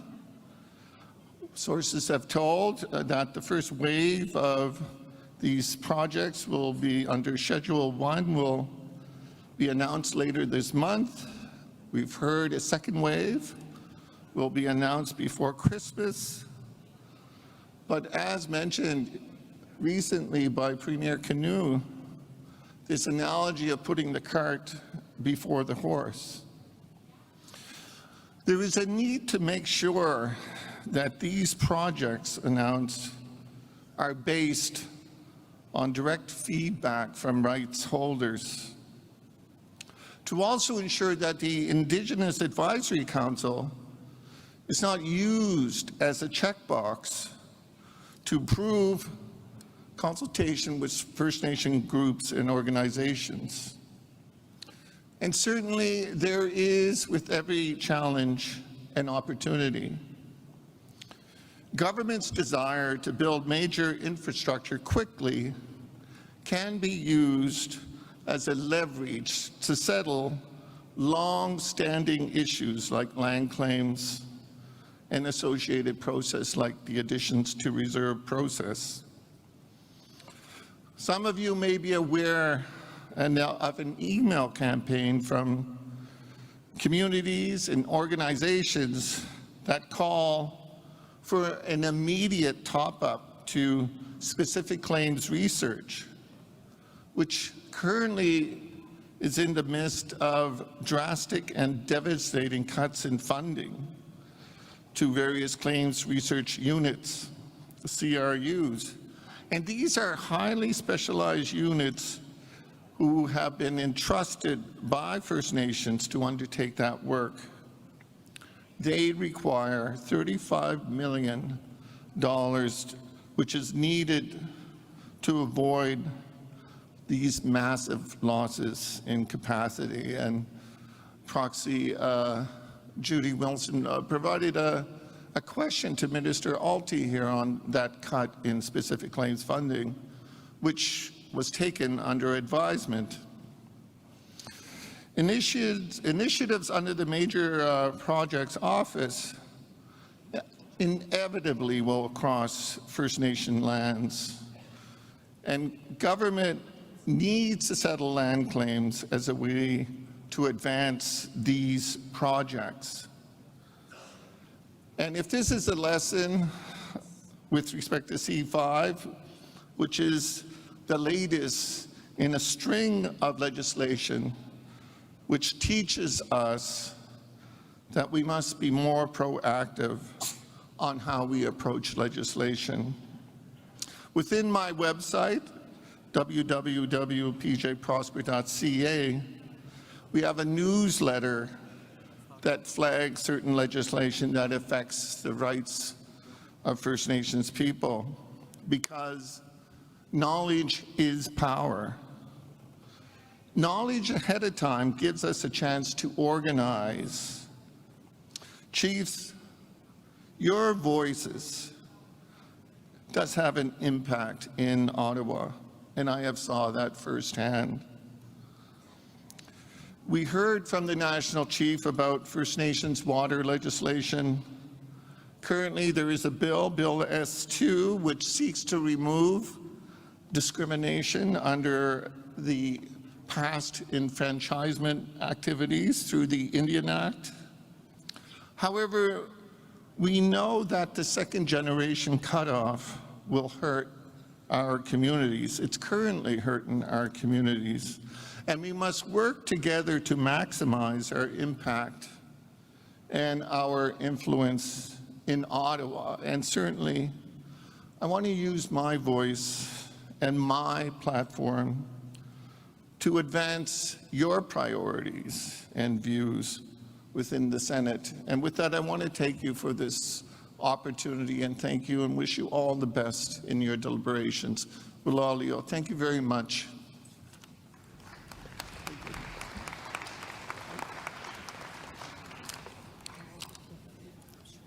Well, Aline, thank you so much to Senator Paul P.J. Prosper. The next speaker is MP Sébastien Lemire from Bloc québécois. Donc, la prochaine personne à venir s'adresser. The next person that will be talking to you is MP Sébastien Lemire from the Bloc québécois.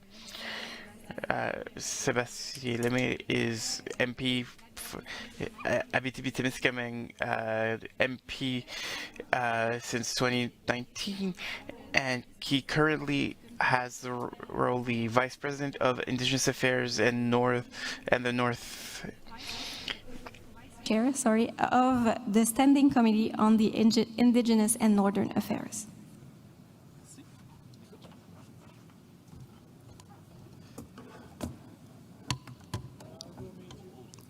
Kwekwe, bonjour, hi. My presentation will essentially be in French because I think it's important that French should be there, but it's also my first language because nuances in debates as the one in for C5. If there are questions at the end, I'll be able to say a couple words in English, but I'll be mostly talking in French. Thank you to Grand Chief Woodhouse-Nepenak for her welcoming and for all her team. It's impressive to see so many people together, and with Bill C5, what I see is it's good to see First Nations working together and unifying their voices. Thank you to all chiefs and leaders of Treaty 1 Manitoba for their welcoming. In the actual context, we have wildfires. We lived we lived in Quebec last year. It's very hard for communities, and I want to show my support through all of this. Last year, we worked on many issues with AFN, and I want to thank all our partners for the drinkable water for First Nations project. It's something that's essential to bring back to the table. Last year, we were able to with long hours and long debates to have that motion adopted, and this motion should be happen very quickly, and we're pushing hard for this. We worked hard for infrastructures and housing for First Nations, Chalk River, to oppose this nuclear waste that's close to me, and I want to to recognize Lance Hayman's leadership in this issue. Justice for pretendians and all of these different files. My work only has sense. It only makes sense that I carry your voice as a Bloc Québécois MP who is not Indigenous himself. Obviously, this is something I am very sensitive about, the land acknowledgement, land recognition file, because it's not all Indigenous nations that have their own reserve land, and that's something, it's a fight I will continue to lead. But now I want to talk about true reconciliation in respect to First Nations rights, what we also call free, prior, and informed consent. I want to mention because Bill C-5 opened the door to a lot of hardships. We wanted to Mark Carney wanted to get the same powers than the United States leader, trying to be able to mention that a project is of national importance without consultation, and it'll bring hardships to Canadians, and this is a very dangerous prospect. There's a way to do things differently. I come from a mining area, and laws have been put in place for a reason, to protect us, to protect environment, because we can't always trust the industry. We can't always trust the industry. There are examples. I want to Abitibi Winnie, they concluding there's a mine that will start working next year. So it's possible in Canada and Quebec to work with Indigenous people and to find an agreement. It's not a committee around a private committee around the first for the Prime Minister, but we need to sit down with First Nations in the first steps of the project to make sure that it's created in collaboration with First Nations and that it's done the right way. We need to think about the future generations when we use the land, and that's what Bill C-5 doesn't do. It doesn't consult adequately, and it doesn't mean just sending a letter to some chiefs to ask them to give their opinion in 2-3 pages in a week. That consultation is not a checkbox, a box to be checked. We need to sit down and find solutions. Consultation doesn't mean agreeing with everything. It means having a true and sustained dialogue, and that's what the federal government failed to do in spring. And in this context, I feel that Bill C-5 was a grave step back in reconciliation. It was not in your interest, even though we wrote in the bill that we need to put forward First Nations interests. We took you for granted, and 13 rules and regulations were mentioned to protect the environment and fauna and flora, and one of these laws was the Indian Act. In the project of this bill, at first I was already concerned with the impact go over every entity that's made to protect the land. But at that time, people were kind of sleeping a little bit after the election. We did not expect such a massive bill to go over land and First Nation rights. One of the first to ring the bells was obviously Chief Woodhouse Nepanak, Grand Chief, who even before the debate got to this Chamber of Commons, dialogue was already open on this issue, and I want to salute them. So in this intervention, in this, we were able to, it was able to be mentioned the importance of free, prior, and informed consent, because Bill C-5 to try to go, it threatens constitutional facts, and it threatens reconciliation. In this context, consulting First Nations is written in the council, and it was reaffirmed by First Nations in the UNDRIP. So this bill does not represent legal reconciliations, and it should be named. We need to make sure that in a context where in Ottawa, obviously there is this the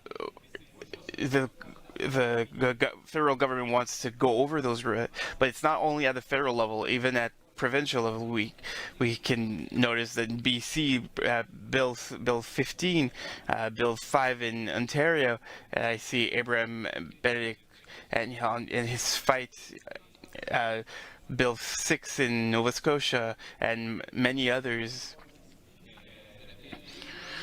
They lead these fights with GAL because the consultation was not properly conducted.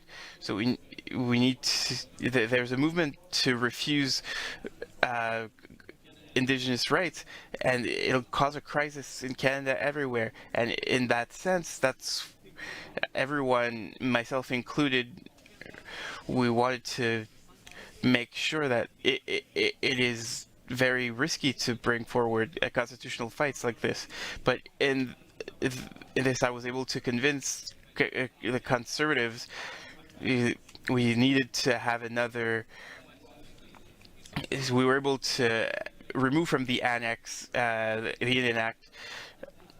I want to think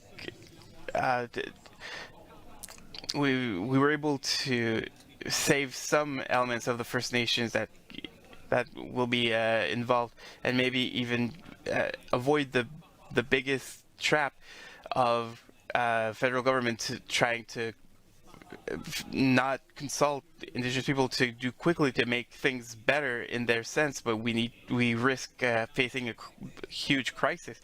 But in the context of the adoption of Bill C-5, we removed the Indian Act. It's an imperfect act, but it's your purview to see when you want to reform it. But for now,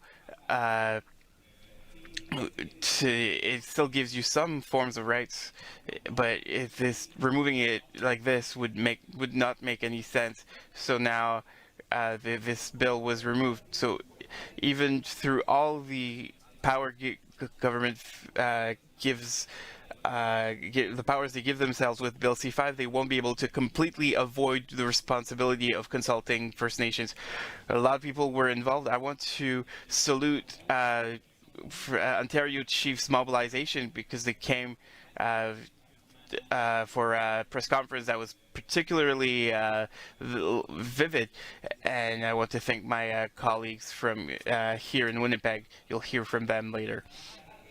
But the masquerade isn't done, because we were convocated this summer to tell you so that they could I did not sense a dialogue.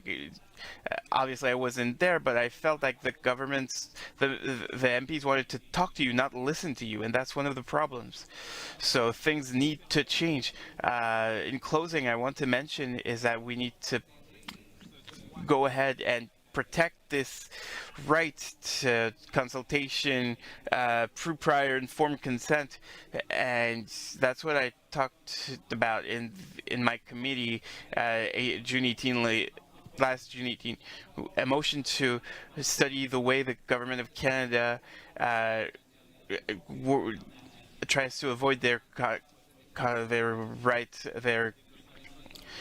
in infrastructure development and the First Nation access to land, water, and nature resources.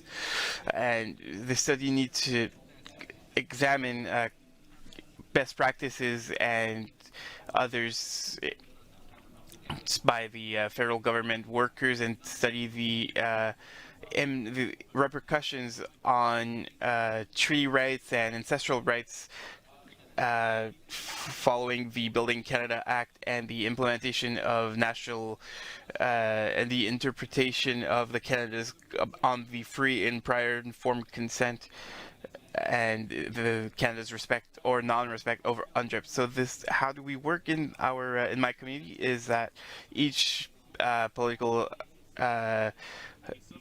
it will, and that's what I want to talk about. And in the Chamber of Commons, I want to have a dialogue, and we want to hear what you have to say about how we can ensure an actual dialogue. And I want you to prepare yourself, because what happened in last spring should not happen again if we want to build together a constructive dialogue on our land. Thank you, and see you next time.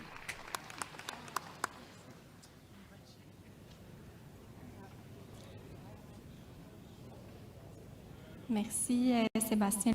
Thank you, Sébastien Lemay. Here is MP Leah Gazan from NDP. The Honorable Leah Gazan has been the NDP Member of Parliament for Winnipeg Centre since 2019. She is the NDP critic for families, children, and social development, critic for women and gender equality, and critic for post-secondary education. She's a member of Wood Mountain Lakota Nation and located in Saskatchewan Treaty 4 territory. Please welcome MP Leah Gazan. Thank you all, and I know it's been a really long day, but I have to always ask when I go behind a podium, can you see me? So I just want to say that I'm just really honored to be invited to the Assembly to provide my perspectives, and certainly the NDP perspectives, on Bill C-5. And I wish to acknowledge the elders, certainly our very powerful national chief, the chiefs in Assembly, especially the Treaty 1 chiefs and nations, to share my very deep concerns about this piece of legislation. Bill C-5, from my perspective, is simply a power grab by Mark Carney's Liberal government under the guise of an emergency measure to deal with Trump.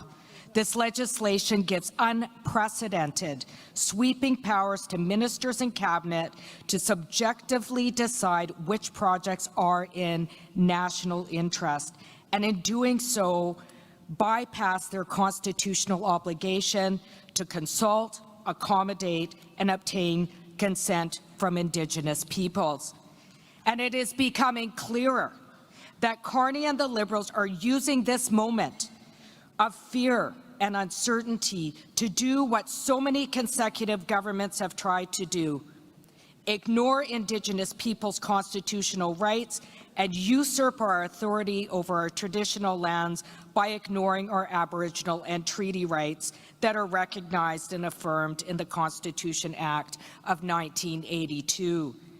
And this total disregard of our inherent and treaty rights became clear when the Prime Minister provided First Nations just 7 days to review and comment on a summary of this legislation, and then refused to slow down the process when National Chief Woodhouse called on the Liberals to do so during the committee review of Bill C-5. This normalized colonial behavior made it clear to me and many others that they are not willing to participate in meaningful discussions, let alone fulfill their constitutional obligation to consult, and their actions since the passing of this legislation are more powerful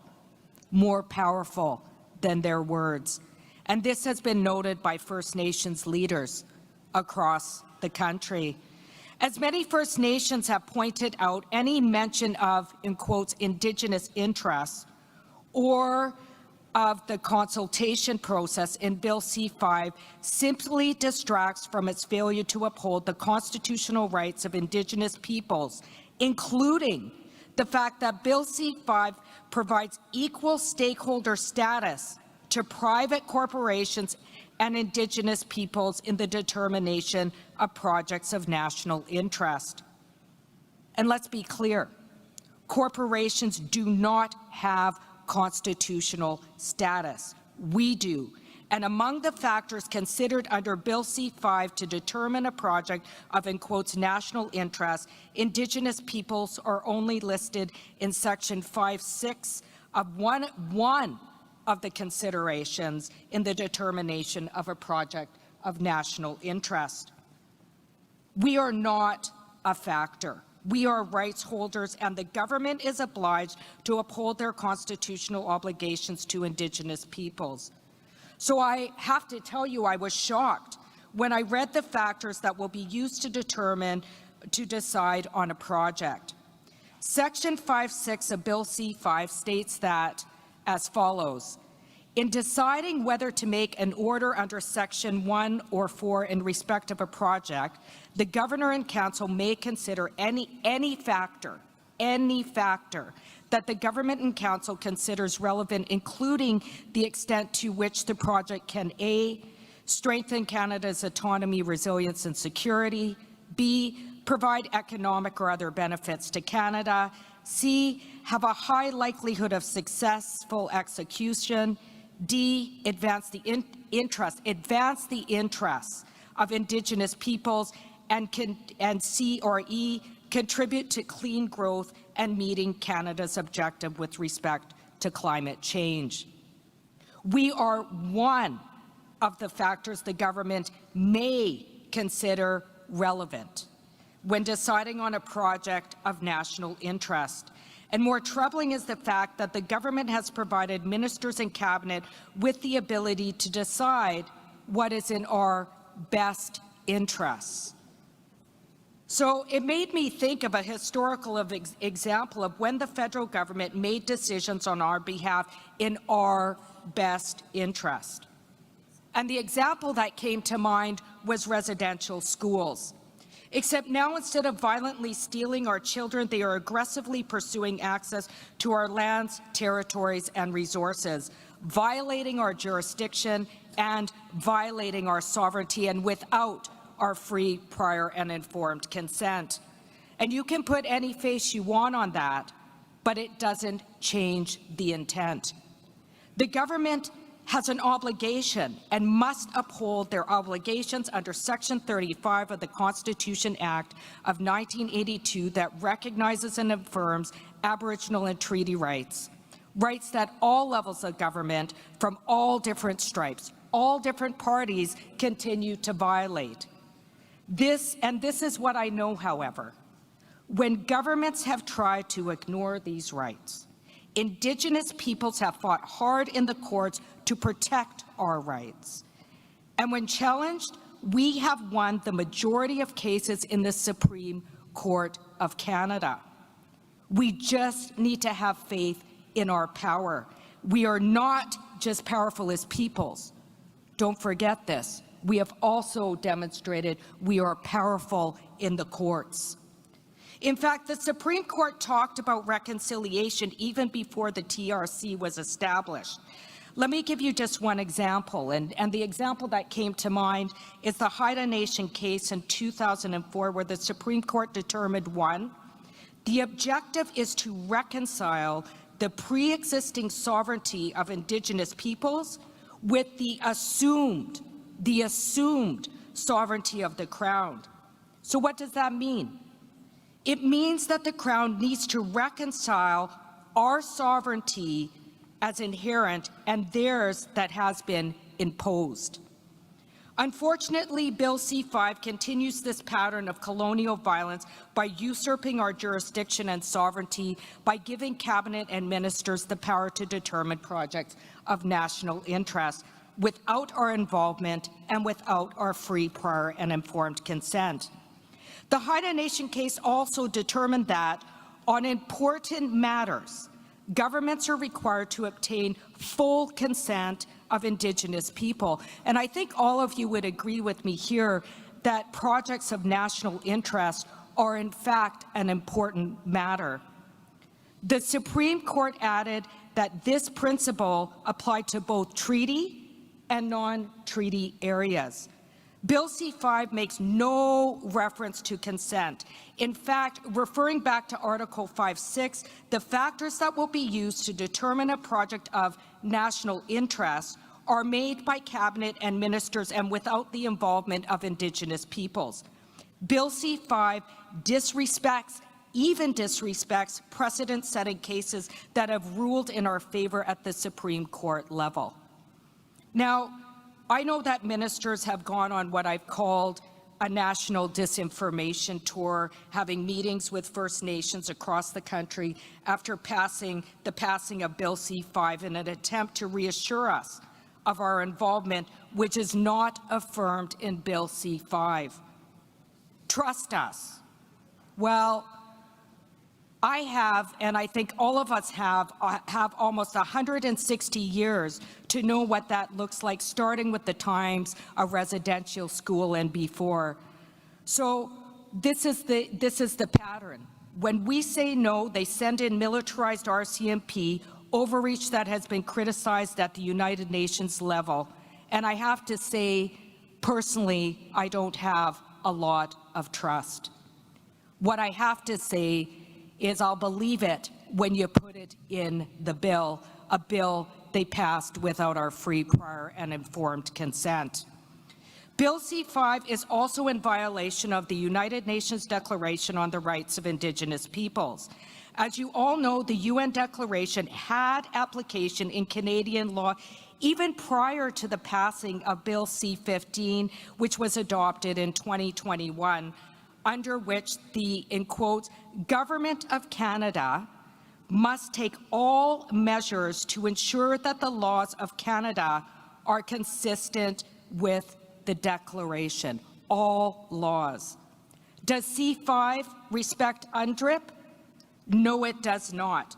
And I know that even the Minister of Crown Indigenous Relations agrees with me.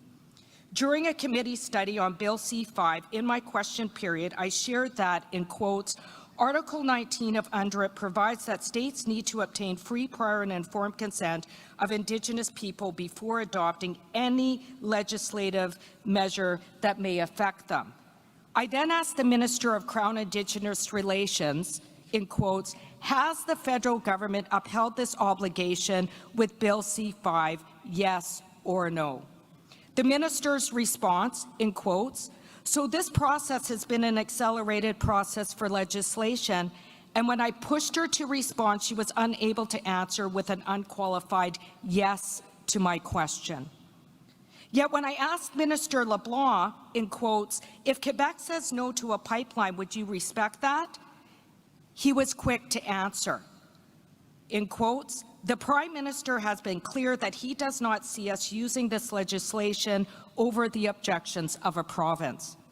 No hesitation, no long-winded answer, and it was clear to me in that moment that they respect the jurisdiction of provinces. In fact, they had a First Minister's meeting to discuss Bill C-5 prior to being passed and prior to it being tabled. For us, after it was passed, nothing in legislation that affirms our rights. They did not fulfill their duty to consult and accommodate. They did not respect the Constitution. UNDRIP is clear when it comes to the duty of governments to consult.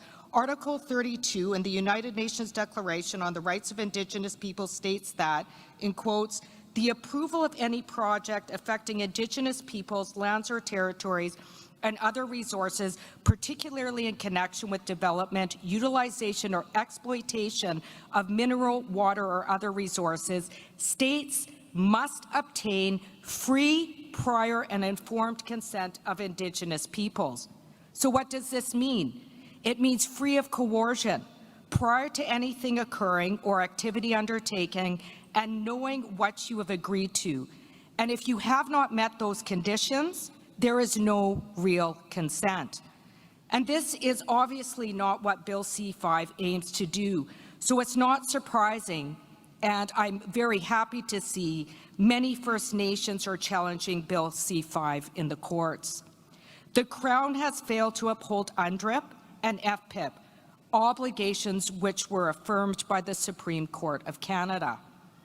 And let's not ignore the climate emergency we are in and the climate amnesia that current politicians seem to suffer from, like in Manitoba, where we are seeing an increase in catastrophic climate events resulting in climate refugees who are forced to leave their nation and come to urban centers where they're at high risk of exploitation, including sexual exploitation.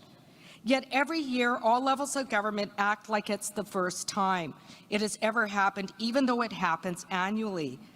I drive down the streets of Winnipeg Centre. This is the riding that I represent. And I see evacuees without supports, without dignified housing, without long-term plans to address our changing world. And I have to ask, is ensuring the safety of evacuees not of national interest? Is ensuring the safety of women and girls from sexual exploitation not of national interest? Is ensuring long-term and safe housing for evacuees who are not able to return home not of national interest? Is ensuring strong environmental standards at a time when we are seeing a climate shift threatening our way of life not of national interest? And under Bill C-5, apparently this is not a concern because it allows ministers to bypass critical environmental laws such as the Canadian Environmental Protection Act, the Impact Assessment Act, the Fisheries Act, the Species at Risk Act, the Migratory Birds Convention Act, the Canadian Energy Regulatory Act, possibly jeopardizing the integrity and safety of traditional territories, as well as traditional hunting and fishing activities. And as if that wasn't enough, environmental processes provided for under modern land claims agreements are simply eliminated and replaced by cabinet. Now, if that is not a substantial amendment to these agreements considered treaties without consent of Indigenous signatories, then the constitutional status of those agreements is also ignored. The far-reaching implications of Bill C-5 cannot be overstated. And as the Climate Action Network has stated, in quotes, greenlighting major project upfront before asking how it affects communities is nonsensical. It is in the national interest to allow for public participation, uphold Indigenous rights, and protect our shared climate, lands, waters, and air, not to rush through risk resource extraction projects. And I have to say, in my opinion, the actual threat is not Trump, where there is a widely reported and visible, in quotes, mental decline. But he has become now the excuse for fast-tracking the infringement of our rights. The emergency, in my opinion, is a growing climate crisis and a failure of colonial governments to meet the moment, including the widely reported social impacts around resource and extraction projects where we witness increased violence against Indigenous women and girls. In fact, CTV just reported data that showed while Winnipeg has a high concentration of murdered and disappeared cases of Indigenous women, the number of sex ads was relatively sparse compared to other cities such as Edmonton. Why? The data connected the host number of ads to oil drilling rigs and mining operations in Alberta, leading to an increase in sex trafficking, with Saskatchewan and Manitoba becoming feeder provinces for victims. And as I've said many times, and as other matriarchs often state, the violence that is occurring with Mother Earth is the same violence being perpetrated against Indigenous women and girls. You cannot separate the threats of violence to life givers We are all part of the circle. We are sacred. And what is the federal government's plan to deal with this crisis? No plan. When I asked the Minister of Natural Resources if he was aware of, in quotes, the increased violence against Indigenous women and girls that will result from fast-tracking oil and gas projects without putting in place safety plans for communities hosting resource extraction companies, he brushed me off, questioned the relevance of my question, and then, although he indicated he was aware of the Status of Women study, which examined the relationship between resource extraction camps and violence against Indigenous women and girls, he did not take time to read it. It was a critical study that affirmed calls for justice to hold resource extraction companies responsible for violence against Indigenous women and girls occurring around resource extraction camps, something that I pushed the minister on, who brushed me off once again, stating in quotes that that was an issue for law enforcement. The ongoing genocide against Indigenous women and girls is clearly not of national interest with this Liberal government. And this is complicated, but it's not. Because I want to end with a story. Broken Head First Nation Chief Gord Bluesky and his council put forward a vote to the people of Broken Head First Nation to decide whether or not to approve a silica mine project agreement. The choice? To approve a project that would potentially provide much-needed economic revenue for the nation, or to not approve the project. One of the key concerns was the environmental impacts it could have on Broken Head and the surrounding communities. Meetings were tense and discussions were heated. Names were called and some conflicts ensued, and it was clear from the outside that voters had chosen where they wanted to vote. It was difficult, uncomfortable, and in the end, the majority of members voted to not move ahead with the project. But here's the thing. Chief Gord Bluesky respected the will of the rights holders. He did not receive an adequate level of consent to move forward with the project. He respected the will of the rights holders. That, my friends, is good governance. That is an example of upholding rights in contrast to the Liberal government. Chief Gord Bluesky put it in the hands of the ultimate right holders and let them decide, and in spite of differences, he upheld their human right to say yes, no, yes with conditions, or maybe another time. Unfortunately, this level of consultation and consent is not being upheld by all levels of colonial governments who are trying to assert their assumed sovereignty over the jurisdiction sovereignty, two words that I often hear at AFN assemblies over the years, and constitutionally recognized and affirmed rights of Indigenous peoples. And I share that story with you with the permission of my good friend Chief Bluesky, because we should not accept anything less. These are our rights. This is our power. These are our lands, our territories, and resources. And this is our future to decide, nobody else. Because can you imagine, in spite of our difference, if we decided to move forward in a unified effort? Because I can. I actually dream about it all the time. Thank you very much, and hope you have good discussions in your meetings ahead.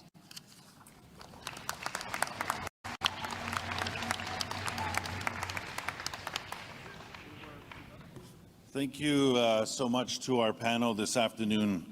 I just want to go up and acknowledge all of the three leaders that have come up here from the different parties that exist, the NDP, the Bloc, and Senator Prosper.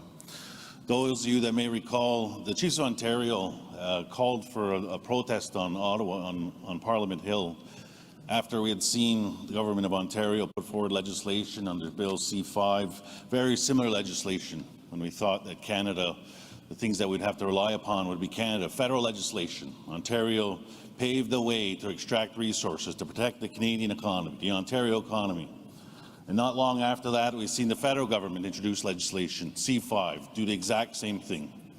So it was at that time we called upon our partners, those that are supporting us in the fight that we have against Canada, the members of Parliament, PJ Prosper, as well as the Senator, former regional chief. So I want to come up here and acknowledge them. The Government of Canada introduced and passed legislation within 20 days.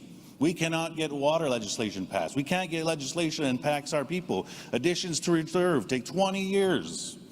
The federal government passed legislation that paves the way to undermine your rights, your jurisdiction, and your sovereignty.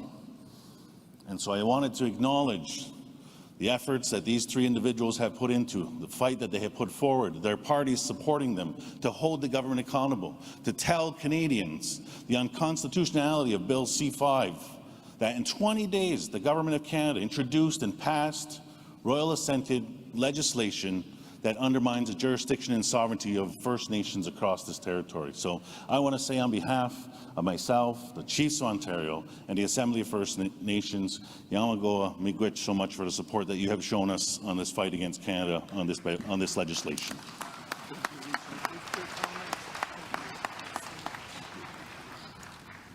I have a gift for you. Oh, thank you. Thank you so much.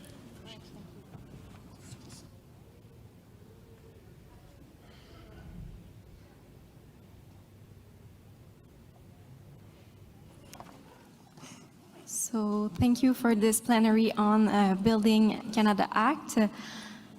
I will now turn over the microphone to my colleague Adam for the closing of the day. We'll be in touch. Great work.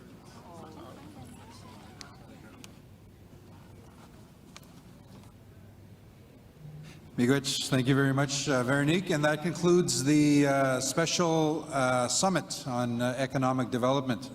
So I'm looking at the time. It's now 5:13 local time. The agenda had us completed for the day at 5 o'clock. And of course, as part of the rules of procedure, we do work within the time allocated for discussion unless there is a motion from the floor to continue discussions. So unless that happens, we will wrap up for today and reconvene tomorrow morning. Just a couple of housekeeping notes, delegates and proxy representatives and everyone that's in the room. Before you go, reminder, resolution deadline is tomorrow for late resolutions, tomorrow at noon. That's the absolute latest for late resolutions.